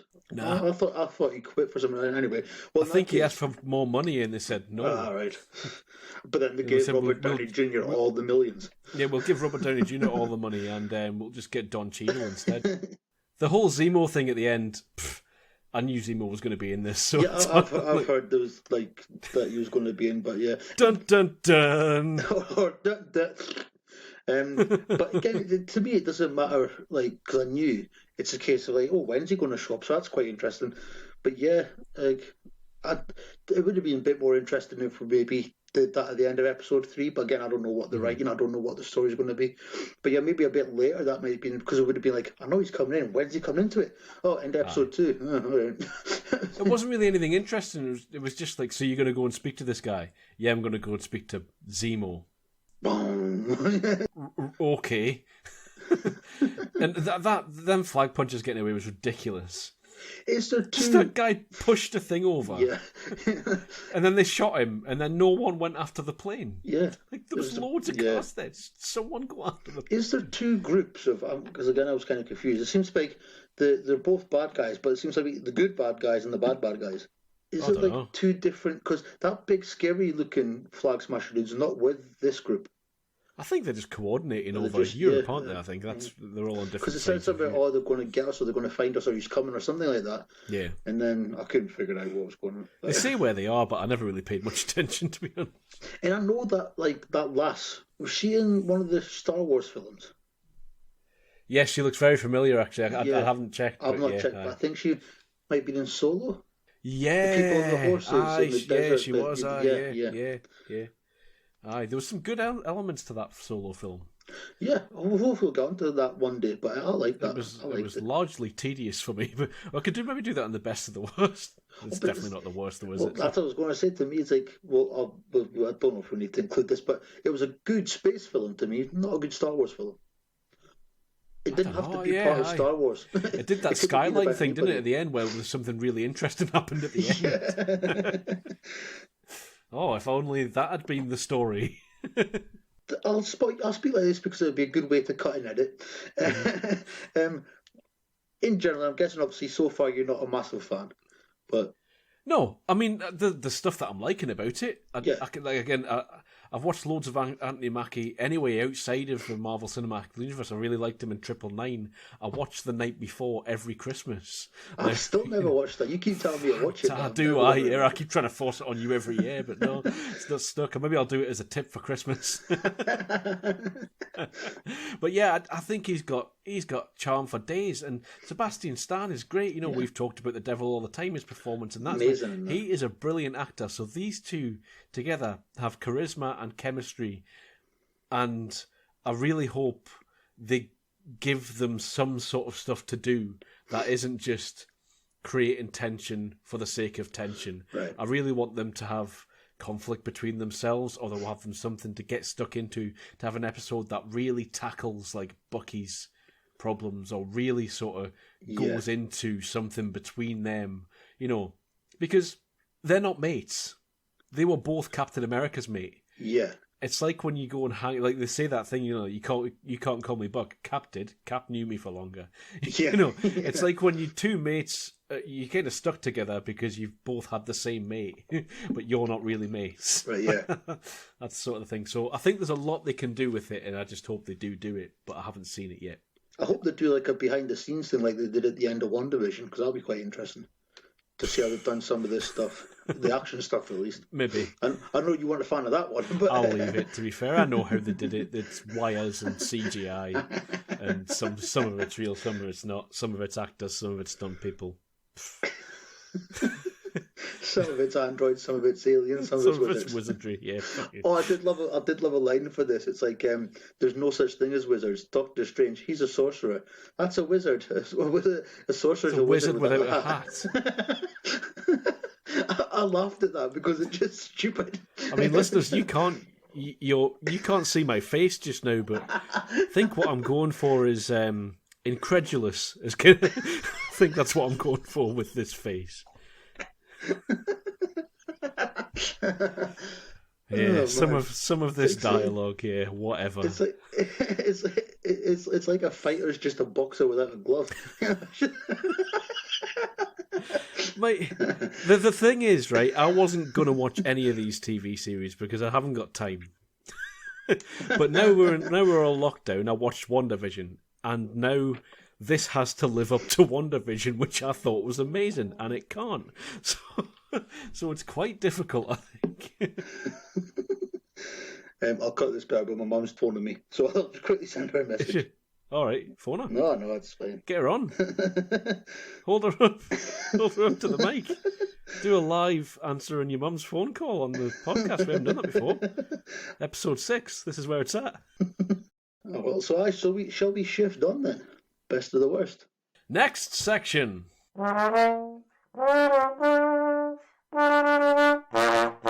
The best of the worst. This is the section where we take a film that is generally much maligned and we try and find the good things in it. We've done quite a few of these and we're hopefully getting better.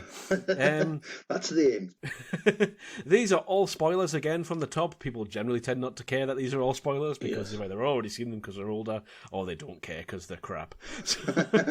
So this one I'm going to say up top, and the reason why we're watching this one is because me and Sean used to watch a guy called John Schnepp all the time on movie talking online and stuff like that. Film commentator. He's made some films and all round just really good bloke. Yeah. And he was always recommending the Daredevil director's cut on things that I'd watch him on. So then I bought that. So it's vicariously led on to us thinking we would do Daredevil for this best of the worst section. And I said, well, why don't we do the director's cut? So in true John Schnepp style, I think we should have a moment's silence, as he always used to take for someone who'd passed. I'm fine with that. That's cool. Let's take a moment's silence for John then. There we go.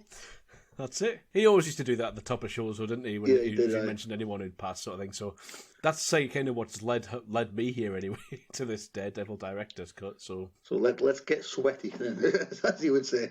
Let's get sweaty about this. Yeah. So we'll do like a synopsis up the top, and then we do good stuff, and then we do bad stuff, and we also give it a waffle award, which is always very exciting. As we said at the beginning, we had to buy this fucking thing, so we both bought a DVD. Well, you did. I already had it because of John Schnepp's recommendation years ago, and I haven't seen this for a while, but I had You Wouldn't Steal a Handbag, You Wouldn't Steal a Car, You Wouldn't Steal a Film. Yes, Piracy is Stealing. And I was like, I've missed this. I've not seen that in a while, because it's been a while since I've watched. I'm a fan of physical media, but I don't have a DVD player anymore because it broke, and nothing you buy these days has a disc slot in it. So and quite often things just jump to the menu and miss out this stuff anyway. So luckily, my children's mother's brother gave my children, all right, their uncle gave my son like his old PS3 or PS2. I don't know which one it is. And I totally forgot that it was here. So the DVD came, annoyingly and quite luckily. I bought it before the Easter break. So I thought midway through last weekend, I was like, is it going to come? I can't remember when it came or not. I think it might just be just before or just after that. So anyway, it came, and I was thinking, how am I going to watch it? So I remembered I've got the PS3 or 2, or I've got the PS. So I put it in, got it on, and then the controller is the one with the wire in it. And it's dodgy. So I was pressing like X to play, and then it was like going back to the start. It took me about 10 minutes to get the thing on because the control was dodgy. So I was like, right, play. But then something was stuck, so it moved to like special features. I was like, no, I want to watch the film, and it wouldn't go back. I was like, it was annoying. I was like, I'm not going to bother watching this. I'm just going to pretend and say that I've watched it. but I watched it. You watched the director's cut. Have you seen the original recently?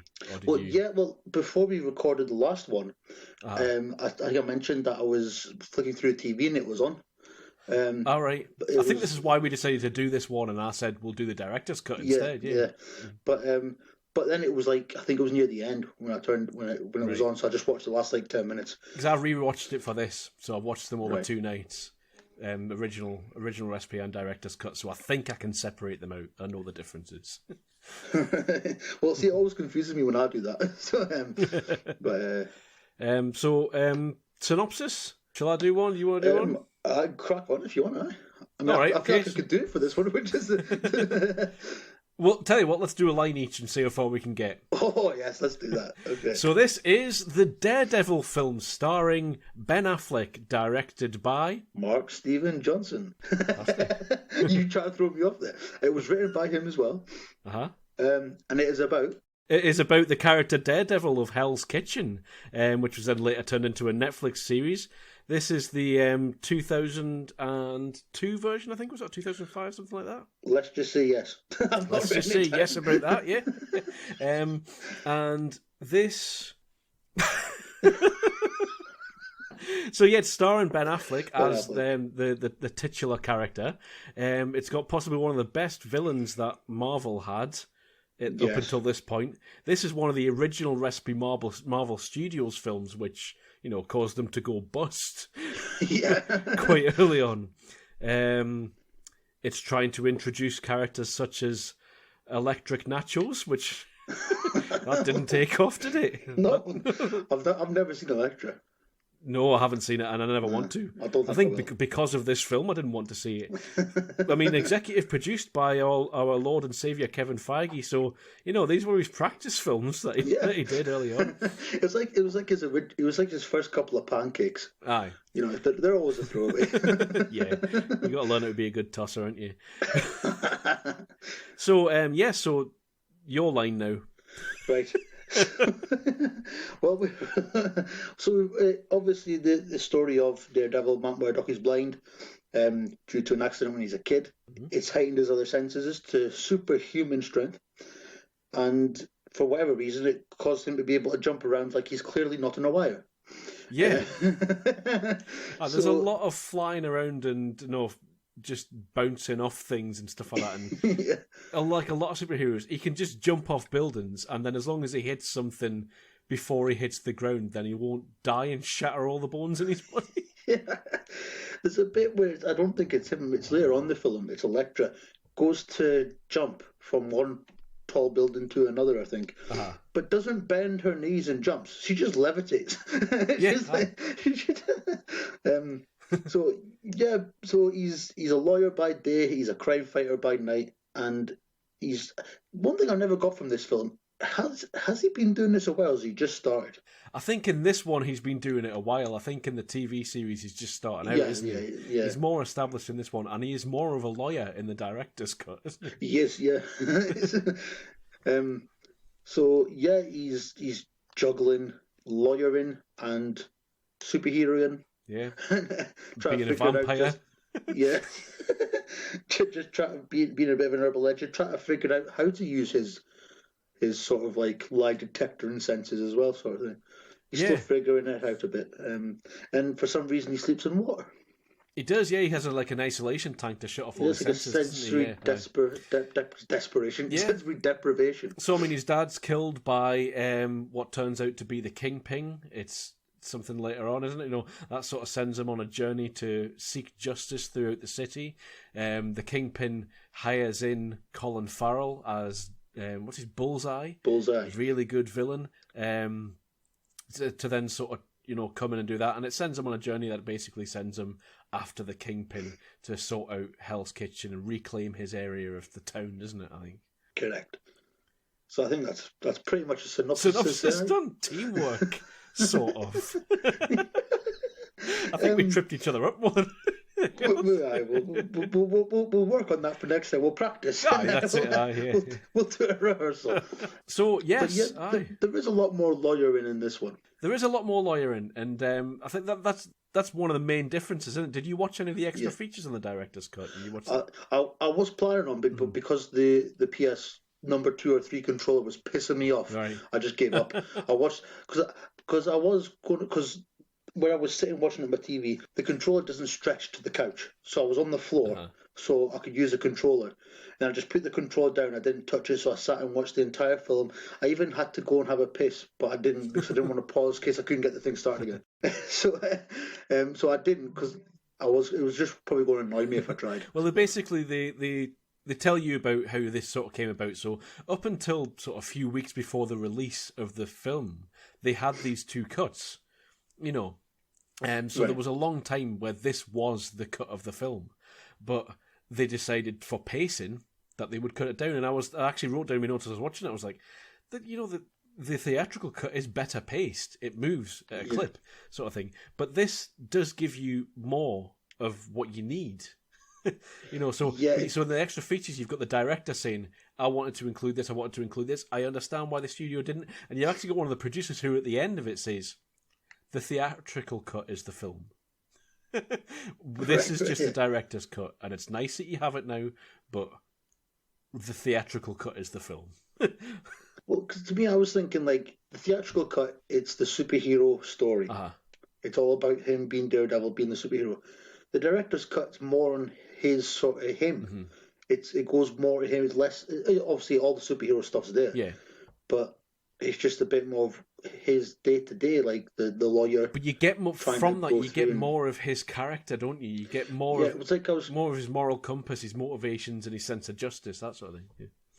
And I was trying to hit on before that. It's like through the trial, he's trying to figure out his sort of other abilities that he's got. He thinks like both guys are telling the truth, but they can't both be telling the truth. One of them's got to be lying. Yeah. And so he's trying to figure out, what's going on with that, which plays into his abilities as well. And he was tricked by the guy who had the pacemaker, wasn't he? Sort of thing. But yeah, and that's. And I thought that's quite. I mean, I don't really know how they work. I think you would still notice because Right. Yeah. your heart it regulates your heart, but something goes wrong first for it to kick in. So, unless he just didn't quite tune into it at the right time or whatever, I suppose you could explain it away, can't you? Whatever. Yeah. Just like that rain thing on people's face that he has to take his glasses off for. He's using sonar, but he has to take his glasses off so he can see. It's like, no, you just leave it. That's just show the audience that he is blind. I'm not entirely sold on Ben Affleck's blind acting in this either.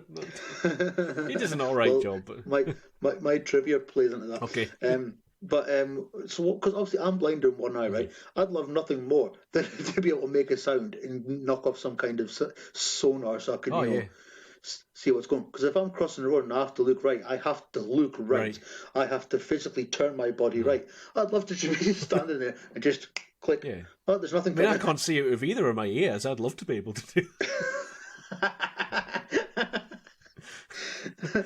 that would be cool. But, is this sort of like, if you're blind, email in, let us know. Is this a kick in the face to blind people, or is this your hero sort of thing? Because I think it would be a kick in the face. Like, if I've got an illness or a sort of an ailment of some kind, and then someone in a superhero setting has that, but actually what happens is it just heightens everything else, and he can now jump across buildings and be like, I can't fucking do that. It's really annoying. You know, Joey, I can only speak half of it because I'm only blind in one eye.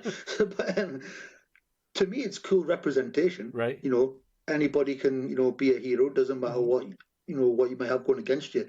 But then, it's kind of like he can only be a hero because he's got this sort of like sonar because of his hearing, and the other things are heightened, so it's okay. If you didn't have them, you probably wouldn't be the hero.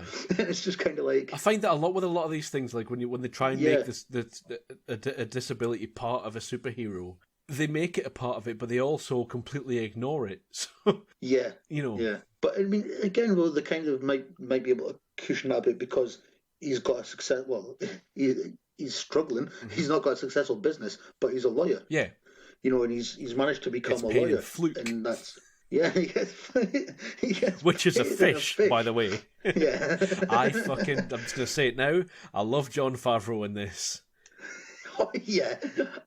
He's kind of the same in everything. But and he is more in the director's cut as well. He gets a lot more to do in the director's cut, and he is brilliant. That scene, the director actually says, that scene where he's in the courthouse on his own, interrogating Coolio, and Matt Murdock who was the guy in Batman and Robin. He was the guy in Batman and Robin. He's a signature rapist who keeps turning up in these films. It was him, it was Coolio. And I think he's good in this, actually. I think Coolio, he does a really good job. But that scene that is in Matt Murdock isn't there, and Jon Favreau's having to try and question him and stuff like that. It's hilarious. And the director kept that in, even though it made no sense keeping it in the final cut, because he really just loved Favreau's performance in it. I can see why. I don't blame him and Feige, they must have teamed up on the set of this, and this is where our whole universe has come from. You've kicked me trivia again, but that's pretty much what happened. Sorry, that was just a guess as well. Well, might as well just go into Let's do it before I ruin it all again. It's time for this. John's Trivia Corner. But so it was on this where the discussion started to happen for him directing Iron Man. Really? It was when doing this, So it's a long time, isn't it? Although, when did Iron Man come on? 2008. So it was a few years. But I was on the set of this where Favreau was like, oh, so you're doing Iron Man? Well, much like the Snowpiercer film, and we got with TV series out of that, I'm really glad that this film exists, if only for WandaVision. Because it took us onto that. So in 2006, Ben Affleck said in an interview, by playing a superhero in Daredevil, I have inoculated myself from playing any other superhero. Wearing the costume was a source of humiliation for me, something I'd never want to do again. A few years later, he was Batman. Well, yeah, because I got that. He only did this because he thought he would never get to do Batman, wouldn't he, as well? Yeah, like this is one of the chief motivations. He's a fan of Daredevil, and he read pretty much, I don't know how accurate this is, but he read every Daredevil story, apparently, like every one. During the big What's it? Oh, I just saw the word Hulk. I was thinking, is that the right It one? is, But yeah, it is yeah. Hulk and Daredevil. So during the big fight scene, I don't know which big fight it is. I don't know if it's. I'm guessing it's the one between in the playground in the park. Jennifer Garner kicked Ben Affleck in the head so hard that he blacked out. Good. During the filming, this you kind of touched on this before, his blind acting. He was virtually blind due to the heavy-duty contact lenses that he was wearing. Oh, because they white out his eyes, don't they? Yeah. Well, I was going to say, just jumping on the back of that thing about Jennifer Garner kicking him in the face. In my negatives, I'll bring it up now because it links into that. I've got, if a woman says no, fight her until she says yes. That's a bad thing. Yeah, that's not good now. It shouldn't have been good back then. Yeah, it wasn't good then. No. There's one bit I noticed that did cut out because it always stuck for me for whatever reason. At the end of that fight, when she introduced herself, yes, she does a weird kind of like, doesn't do it in the director's cut. I noticed. No, in the director's cut, he acknowledges who her dad is, which doesn't happen in the original. So she says Electra Nachos, and she's like, "Oh, like that guy." and they have a little bit of an extra moment there. There's just because the thing about this director's cut is that it's just little extra bits. It's not It's not the Snyder cut, which I think is another reason why we're doing this, isn't it? Because we're talking about good director's cuts. It's just little extensions to scenes or little extra scenes that give you a bit extra. For the most part, they all work. And it's like, it just gives you that little bit. It's like a bit of salt. It just gives you a bit more flavouring. Yeah. It doesn't change the entire fucking recipe. And they don't repeat the scene 4 times. And so Stan Lee apparently didn't like this film. He didn't think it was tragic enough. No, wait a minute. He thought it was too tragic. So yeah, I thought it was too tragic. I can get that. I can sort of see it. Yeah, I mean, Stan Lee is sort of more optimistic with his heroes, so this is sort of a darker take. We hadn't had the Dark Knight by now, had we? So this is quite a dark take for a Marvel film, isn't it? Yeah. When you look at it that way. And Ben Affleck refused to play the character again because of the bad reception it got. And this sort of links on to the next thing. The deadline to start making a sequel or another Daredevil before the rights referred back to Marvel Studios. Because this was a Fox joint, wasn't it? Yeah. Aye. It was October the 10th, 2012. So they run out of time to get another one going before the rights went back. So after there was a director called David Slade. I didn't look into him. I should have. He dropped out directing because of a scheduling conflict. And then Joe Carnahan, again I know the name. I can't figure it out. I can't remember which films he's done exactly. He pitched a sizzle reel to Fox, setting Daredevil in a dark thriller in the 1970s in Manhattan, which that could be anything, couldn't it? Yeah, it could be anything. But those were both rejected, so then the rights went back. Yeah, because this does fit in the sort of Blade universe as well, doesn't it? You know, the Marvel Blade. Because this is when they were doing 15 rated films, and I think this gets a higher rating, doesn't it? This one than the theatrical cut. This was an R rating, and I think it was PG-13 or something like that. American. Right. Well, the original film was pitched as an R-rated with nudity and hard violence, but obviously that didn't make into the into the film. That went into the TV series. But what you did get from this, I mean, like the final boss battle. I've got that in my positives. Is the boss bottle. The boss bottle. The boss battle at the end is brutal. Yeah, like the Michael Clark Duncan Kingpin, but I mean, there's nothing in the theatrical cut really. It just gets thrown against a wall and boom, done. Yeah. You know, but in the final battle, that is brutal, and they do cut out the sexiness in this, which I was quite happy with because I didn't care about that at all. Yeah, it was a bit on the nose in the air. But speaking of Michael Clark Duncan, the producers obviously, because in the original comics, Kingpin's white. Yeah. But apparently there is another comic out there, or the original plan was to make him an African-American in the comics, but then the people involved thought having an African-American as a bad guy might have been an issue, or might have caused some complaints, so they decided to make him a white guy. But for the film, they were going to make Kingpin a white guy, And going back to what we were talking about last week's episode, a lot of white wrestlers were pitched and auditioned for the role. Right. But none of them even passed the screen test. so one of the producers like, can we talk about Michael Clark Duncan again? And a lot of it was because of his size. But even still, he stood on a box for a lot of the scenes to make him tower over. All right, because Kingpin in the comic book, he is big and wide, like he's sort of a box huge type man, isn't he? I think in the I think he makes an appearance in the Spider-Verse. Spider-Man one? Yeah, and he's sort of a more of an anime style, isn't he? He's absolutely massive in that. This film was banned in Malaysia because it's got the word devil in the title. All right, aye. So when Hellboy was made, they got ahead of it and released Hellboy in Malaysia as Super Saviors.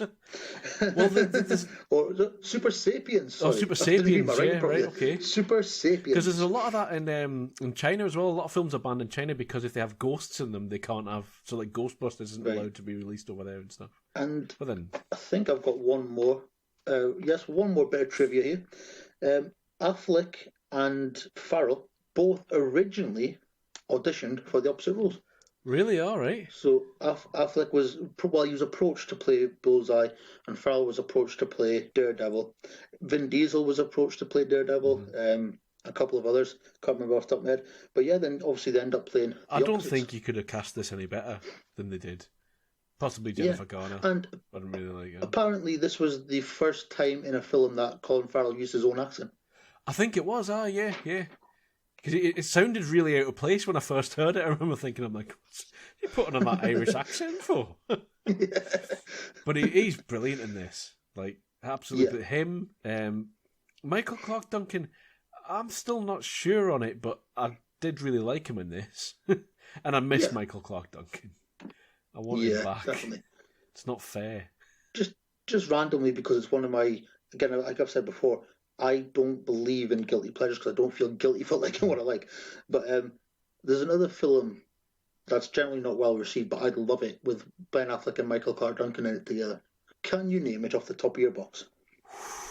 Nah. There might be more, but there's only one that I can think of. Armageddon. Oh, yes, Armageddon. No, I love that film. It's great. I love it. Deep Impact. Yeah. So cast Colin Farrell, Jon Favreau, Ben Affleck, even Coolio. Some of the Electro Natural's dad, he's a famous actor as well that I missed. I can't remember him. Yeah, I've Eric Avari. Ah, yeah. He's in The Mummy, I believe. And he pops up all over the show, doesn't he? And the guy who plays the reporter, Ben Urich, Joe Pantoliano, because he's in the Goonies. He's one of the Fratellis in the Goonies. Is. He's in my positives as well, and they're getting more of him in the director's cut. Go back to The Matrix. He was in the Matrix. He was, wasn't he? Oh, yeah, he's... what's his name? The guy who likes steak and rats everyone out, isn't he? Is that him? Yeah, Cypher. Cypher, that's him, yeah. I was going to say Sebastian, but that's definitely... that's the crab from The Little Mermaid. That's it. So, yeah, there's loads of positives to this. I think cinematography I liked as well. I thought that was really good in the action scenes. Brilliant. One thing that really baffled me, though, and I don't know, I can't remember, because obviously when I watched the theatrical cut, I watched the end of it a couple of weeks ago. The opening credits. Yeah. I get it because, blind and braille. Yeah. But what's the point in having credits on a TV in braille? Yeah, because no one can feel them, can they? No one's touching the screen. I get the idea. It's the same in the theatrical cut and the director's cut. Yeah, it's about a person who's blind. I get it, but what is the fucking point in having braille on the screen? I think it's just a thing. They did a lot of that around about the early 2000s, weren't they? Like opening credits were a long, drawn out thing. Remember, like the X-Men credits, they went on for fucking ages. Well, obviously, it kind of goes in things, because obviously back in like the 30s and that, all the credits came at the start. Yeah, they didn't happen at the end at all. It was all there at the start. It's more cold opens you get now in films, isn't it? You get a lot more of that. It's a bit. I mean, the soundtrack in this. That's a very early 2000s. It brought me back to being a teenager. It was like, Evanescence, Nickelback, Moby. Fucking Hoobastank. Yeah. What? But then one great name for a band. So you can see. I mean, this was the Marvel Sony era as well, which Kevin Feige was involved in that as well, wasn't he? He was involved in the original Spider-Mans, and they had Nickelback and all that sort of stuff. So it did make me think about it. I was like, oh yeah, all these songs. Yeah. But you know what it is though? Like, I know it's not popular to say, I don't mind Nickelback. Like, some of their songs are good. I never liked Nickelback. There was always this thing about it seems to be popular to hate them, and I questioned why. And somebody told me once, apparently they're just not nice people. And I was like, well, I didn't like them because I didn't dislike them because it was popular to dislike them. I just didn't like them. No, you just didn't like that. Don't worry about that. I know you've always moved to the beat your own drum. I know you've always been that type of person, so I get that. Some of their songs I don't mind. Evanescence I like. Mm-hmm. I like all kinds of things that are considered shite. So it's not as if I'm like, I'm better than anyone because I don't like Nickelback. Like, I just don't like. No, but like I just because I did like as soon as those kind of songs kicked in, I'm like teenage life. Because that was 2003. I'd have been 14, 15. So I was just like, yeah, I'm in. This is my childhood. It was good. I'm going to get into my negatives. Surely someone else would have moral compass beat the fuck out of Quesada in that pub when he comes home. Because the barmaid has a bit of a go at him. Yeah, I was thinking that, yeah. It's a biker bar. You've got nerve coming here. And he's beaten and raped one of the barmaids. Those types of places have an affinity with the staff there because, they'll be patronised by the same people a lot of the time, so... Exactly. All she says is like, "Oh, you've got a nerve," and he's like, "Hey, I've been proven innocent." I'd imagine a pool cue would have been rammed squarely up his arse at some point during that night. Like, you get out. I'm sure there's like doormen, bouncers. Oi, Terence, get over here! Get this fucker out of here! Terence, not Terry. Oh yeah, janitors. And what a dick thing for him to say, like in the court. Oh yeah, like, she loved it. Fuck you, fella. Oh. But then a hero goes and beats a woman up in a children's play park so that she'll be interested in him. So where again, what side of the line did this film think is it? It's like that Batman thing, wasn't it? Like, what side of the line do we think we're on with this film? Also, other people can see Matt Murdock. You don't seem to realise this, but other people can see. So don't carry about your blind stick, which is also a grappling hook. And it's... Otherwise, Kevin Smith will figure it out. Yeah. Well, that's the thing I had is like Kevin Smith as Jack Kirby as well. Yeah. And the fact that his commitment to Jack Kirby, like getting Kirby in there, he's always been a sort of big proponent of giving him his due. That Stan Lee has his cameos and stuff like that, but no one ever gives Kirby his due. The trivia I was going to, but I thought I had quite lots left out. Oh. Like his name, obviously one of the comic writers or artists. Yeah. The rapist guy in the bar we're talking about, Quesada. Mm-hmm. His name is derived from a Marvel writer or artist. I can't remember exactly what they did. Yeah. There's a few other character names in Daredevil that pops up that's something to do with. And so there's a few of them that pop up. Yeah, I like Kevin Smith's little cameo. Because Kevin Smith will just, like, he knows he's not the best actor or anything like that. He directs and stuff like that. He does what he wants. I mean, I love Kevin Smith because he's just made a living doing what he wants to do. He's never had to compromise. He's just done whatever he wanted to do. Sometimes people have liked it. Sometimes people haven't. And he will be affected. He's a sensitive soul, Kevin Smith. Yeah. But he just gets on with it. He knows what he brings, sort of like to the... Because there's I watch Big Bang Theory quite a bit, and there's an episode in that where the character of Penny is doing a podcast with Will Wheaton, and they have Kevin Smith on to talk about the film that they just did called Serial Apist. I'd love that. And there's a line about I haven't seen that. Kevin Smith says, "Oh, I've seen your Abe movie. I loved it." Mm-hmm. And Penny's, "Oh, really? I thought it was better." And Will Wheaton goes, "It's all right. Have you seen some of Kevin's films?" But he's got that sense of humour about himself, hasn't he? I mean, I haven't seen Yoga Hosers because it's like a Snowpiercer. That thing, you can't get fucking hold of it. Like, it's really difficult to see. But I'd love to see it just to see what it's like. I don't think I could watch Tusk because I'm scared of things. Yeah, I've seen images of that. I've heard the transformation scene, and that's a bit horrible. So, I don't want to spoil it for myself though, because I might build up the bottle to actually watch it someday. But I love Kevin Smith. I love the fact that he's just gone through his life doing what he wants to do. So Daredevil director's cut. I liked it. Great. I thought the theatrical one was better paced, and I thought this one was really good. So I like them both. There's your review for the poster. Watch them both and enjoy them both. Next section.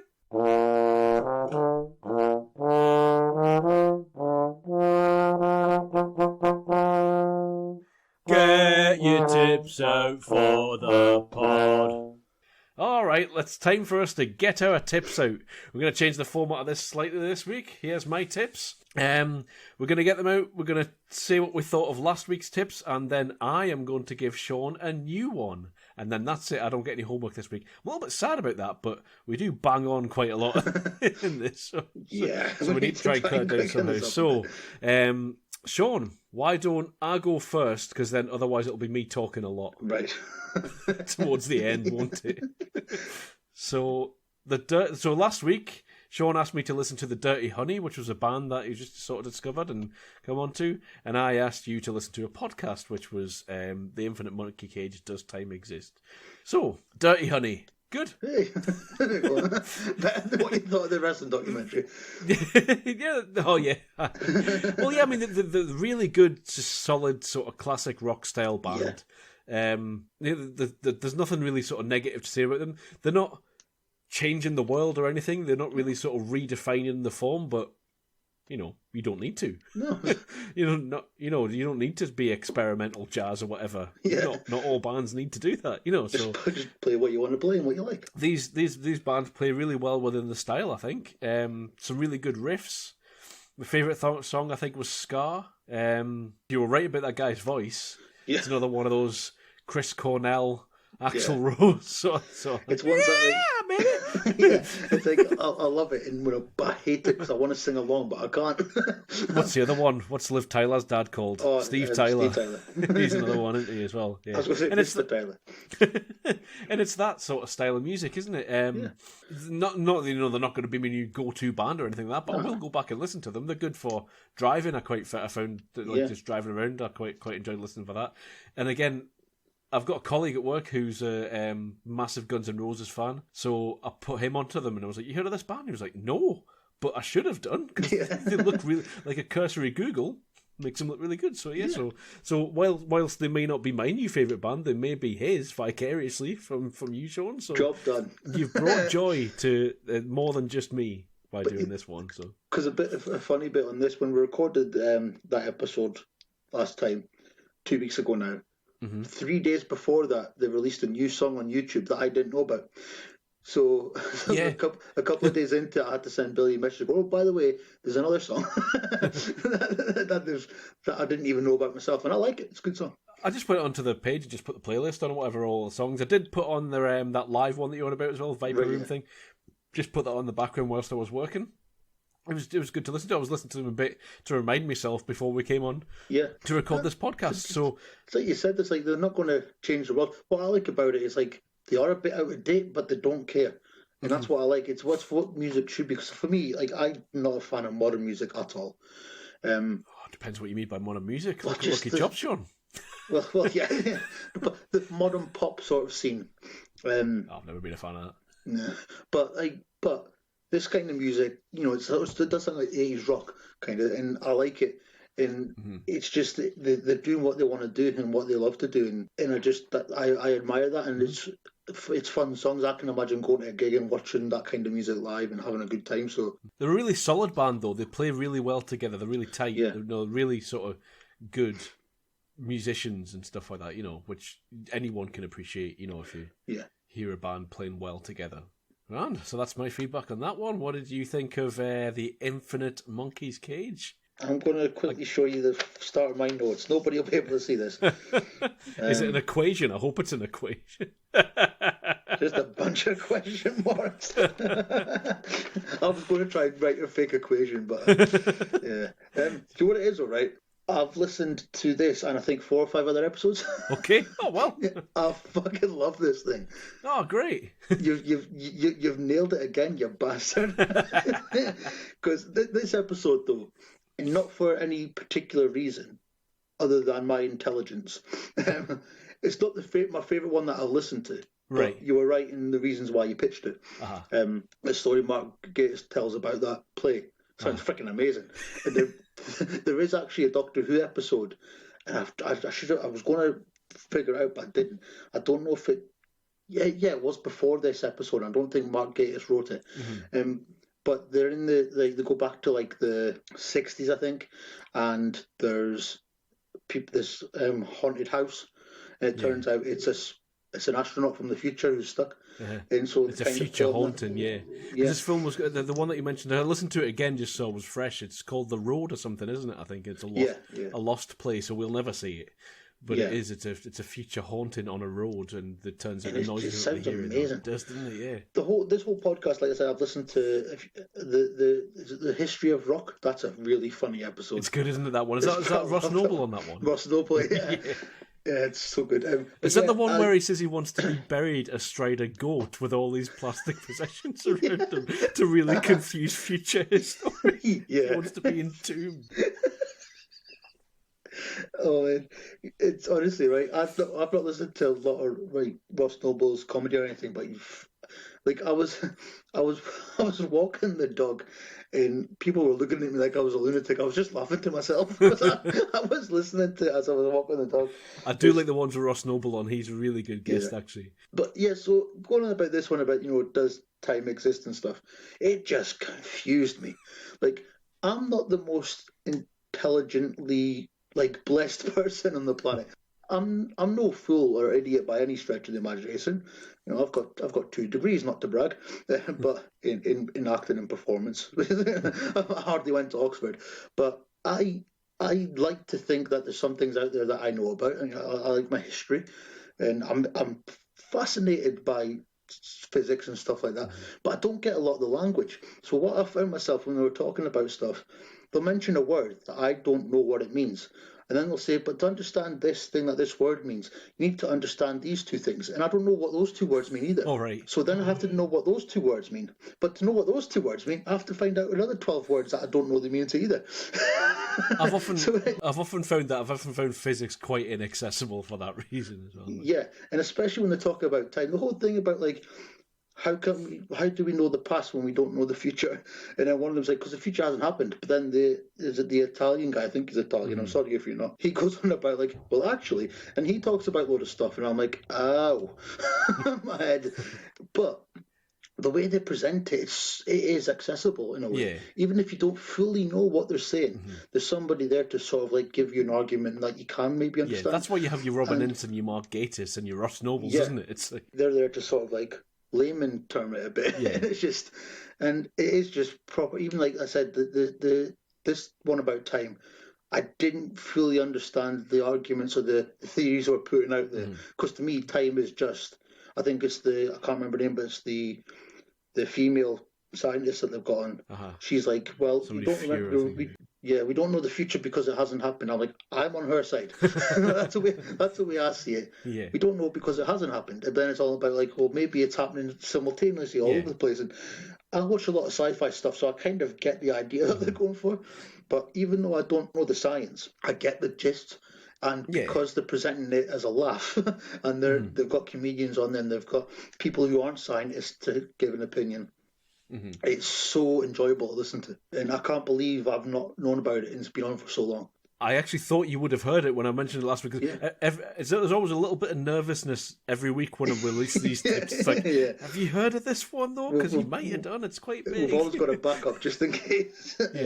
But it just proves that, like, the things that you know and like aren't necessarily anything to everyone else. Yeah. They don't necessarily even make sense when you talk about. I'm always quite cautious when I'm talking about things that I like with other people because I can never assume that my interlocutor knows what I'm talking about or knows what it is. It's just but like you say, they do make it really accessible on this show, and you don't need to understand why relativity doesn't match with the block universe theory of time. But you do need to. All you need to know is that relativity works, but it bumps up against and doesn't work when you're thinking about the quantum level of things. Yeah. But we still don't know why and how. And that's the thing about like science and physics and stuff like that. Yeah. Biology and chemistry way more relatable because I know if I boil an egg, it turns solid. I know if I boil water, it turns into steam. I know if I freeze it, it turns into ice. So, matter, change states, and all that sort of stuff. I know that if I prick my finger, it gets hurt. That you can relate to those things. Whereas physics goes way beyond that, and you have to just accept things that aren't intuitive. Yeah. So you have to be able to say, I trust the findings of these science experiments because they're predictable and they point to what could be true, I suppose. I can't remember exactly what they were talking about, but I think there was a bit we were talking about relativity and how obviously the maths make sense. Mm-hmm. And then there's something else, I can't remember which thing it is, but there's another one where the maths make sense, but they don't come together and make sense. So it's like, and I'm kind of like, but quantum theory and relativity don't match. Was, yeah. So, but they both make sense, no, but not together. But I'm just kind of like of the mind, like I'm all for education and science and trying to figure stuff out and looking into things and. Great, I'm all for that, but at the same time, I'm like, I just want to live my life while I'm alive, and I don't want to have to worry about it. Well, that's sort of what Mark Gatiss was getting at, wasn't he? He was, it doesn't really matter because you may find this stuff out, and when you finally figure out what it is that time is, how is that going to affect it? Because I still experience time in the same way. Yeah.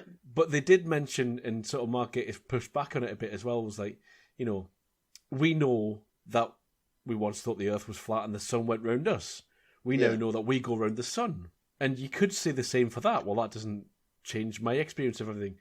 Yeah. Except it might do when we now understand how long it takes for light to get to the Earth from the sun, and we understand what the ozone layer is, and we understand what global warming is, and we might work out how to put up deflector shields to prevent the Earth from getting too hot that it melts or whatever, and we Snowpiercer. Yeah. So you never know. So although like experience and intuitiveness and your perception of time is the most important thing, you never know what these discoveries might lead to. So Mark Gatiss goes on about how it's like, when does it become philosophy or something like that? And you had it was a great point because a lot of it is just sort of like it's sort of philosophy in a sense as well. But I do like. I'm listening to one now. It's like the astronaut. I can't remember what it's called. Isolation of an astronaut or something like that. Astronaut's Guide to Isolation. That's the one. Yeah. And I'm loving that one because I'm fascinated by space and space travel. And now that I'm in my early 30s, and hopefully it's not. I like to think nothing's ever too late. It's probably too late for me to try and do a degree that'll be able for me to apply for to be an astronaut, because I'd love to go to space and experience that, and I'm just not that again academic. If you read the first few chapters of Chris Hadfield's book, I can't remember what it's called, something about being an astronaut. Yeah, I realised quite quickly into that, I've missed my boat for that. And I do wish, like, if anything, like the past, I'm not sad the way my life's turned out. I'm happy the way things are. I wish I tried a bit harder when it came to maths and stuff because I want to be an astronaut and I can't. But it gets to that stage where it just bumps up against your natural ability as well. Like, I tried to be good at maths and I can't do it. I can't do physics. I read physics books, but I read the ones that are designed to teach idiots about physics.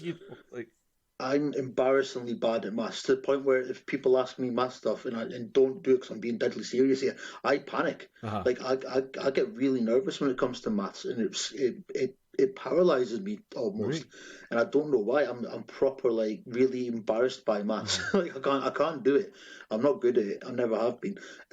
So that's annoying because if you want to go to space, you need to know that kind of stuff. Yeah. Because I looked to the ESA, the European Space Agency, and they've just announced they're looking for new astronauts. So just for a laugh, I went on to see what they're looking for, and I was like, all right, yeah, so far so good. Okay, X, can't do that.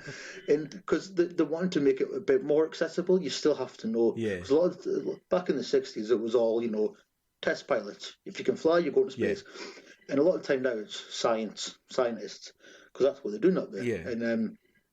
And literally yesterday morning, 3 new astronauts went up. So there's now 10 people on the International Space Station, more than there's ever been. Oh yeah, because they were moving. They were reparking the module the other day, weren't they? They did that. And so because three astronauts actually come back on my birthday the day before. and then there's more going up at the end of April again. Yeah. The next SpaceX crew. So yeah, I'm proper fascinated by that. So I'm loving that episode. So that is a bit more accessible to me because I kind of know what they're talking about. Because for the past year or so, I've just immersed myself in space stuff. I think Mark Gatiss mentions that in the episode as well, doesn't he? Because he sort of says, the way when they're using language, I was thinking it the other day, he said something about using language. Oh, it's just all quite tricky, isn't it, with the language that we're using? I thought, yeah, it is, because if everyone's using English to speak about it, it would be a lot easier if everyone could speak maths. Yeah. If you can speak the language of physicists and all that sort of stuff, then it's a lot easier. But I mean, Lawrence Krauss says this a lot of time. He says, he's not a musician, but he can appreciate a symphony. He's not a filmmaker, but he can appreciate a film. He's not an actor, but he can appreciate a play. So why should it be any different for science? Why shouldn't there be a way that an outsider can appreciate some of the most beautiful things on the planet or in our universe, or the most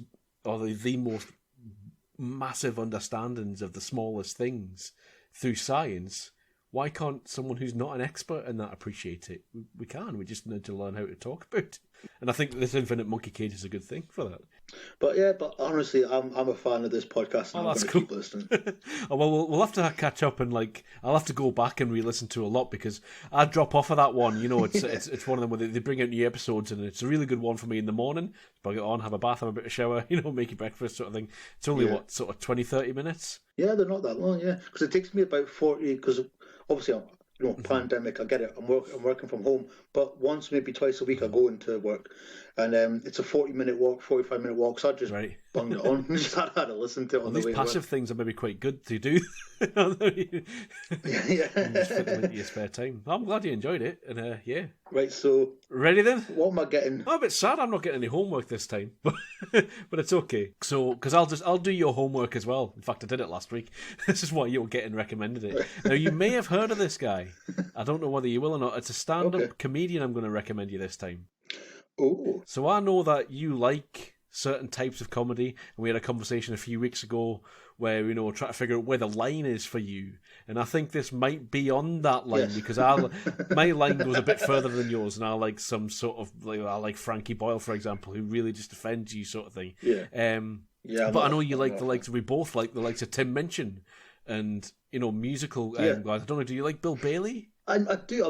I'll be honest. I'm not really immersed in his stuff, but I like from what I've seen. But I've not really watched. So what I'm going to ask you to have a shot at is a musical comic, another musical comics, which I think you might like. Sort of maybe along the lines of Tim Minchin, sort of same ideas, but pushes things maybe a bit further and maybe in different ways and things like that. So Tim Minchin has his Ginger song. Yeah. Bo Burnham goes a bit further. Have you heard of Bo Burnham? You've told me about him before. I thought I had, and I thought, I don't know if Sean's watched him on that. So I think when 20 years ago, when I could go to your house, I think I did watch a bit. Right, okay, we maybe did put a bit on, and so I've maybe already spoiled it. So are you happy to go ahead with this? Yes, well, yeah, cause I might not watch this particular one, but okay. So what I'm going to recommend to you is that he's got both of his stand-ups are on Netflix. He also wrote and directed the film 8th Grade a couple of years ago. Oh, right, yeah. So I don't know, did you see that at all? I've not watched it, no. All right, that was quite good, but I wouldn't say it was not sort of his best work. But again, brilliant. The guy is a genius. He wants to get back into touring. I'd love to see him again, but he doesn't know what he would say, is what he said. So he's got 2 stand-ups on Netflix.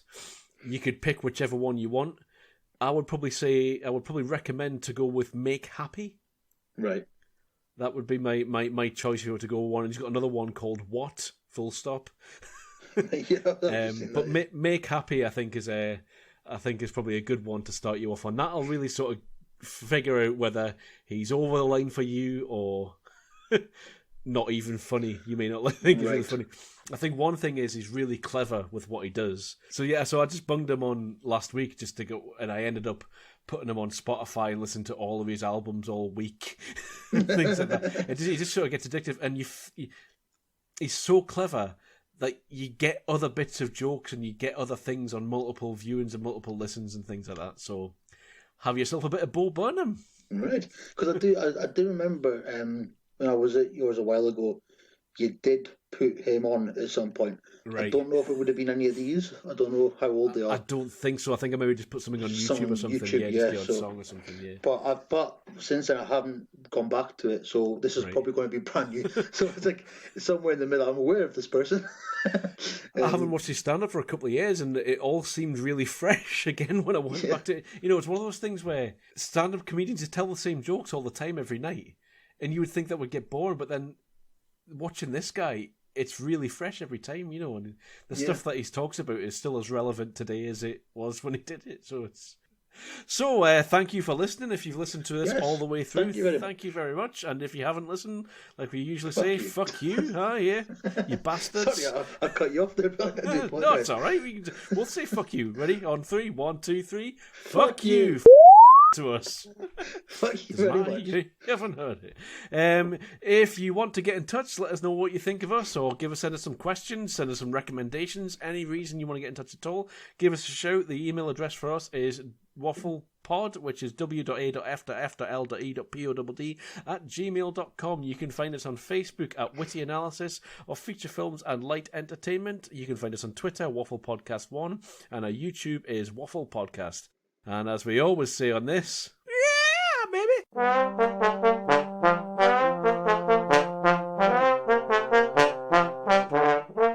Good.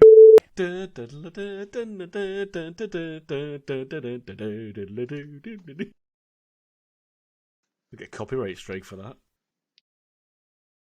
The water comes in the mouth, not in the bum, Curtis.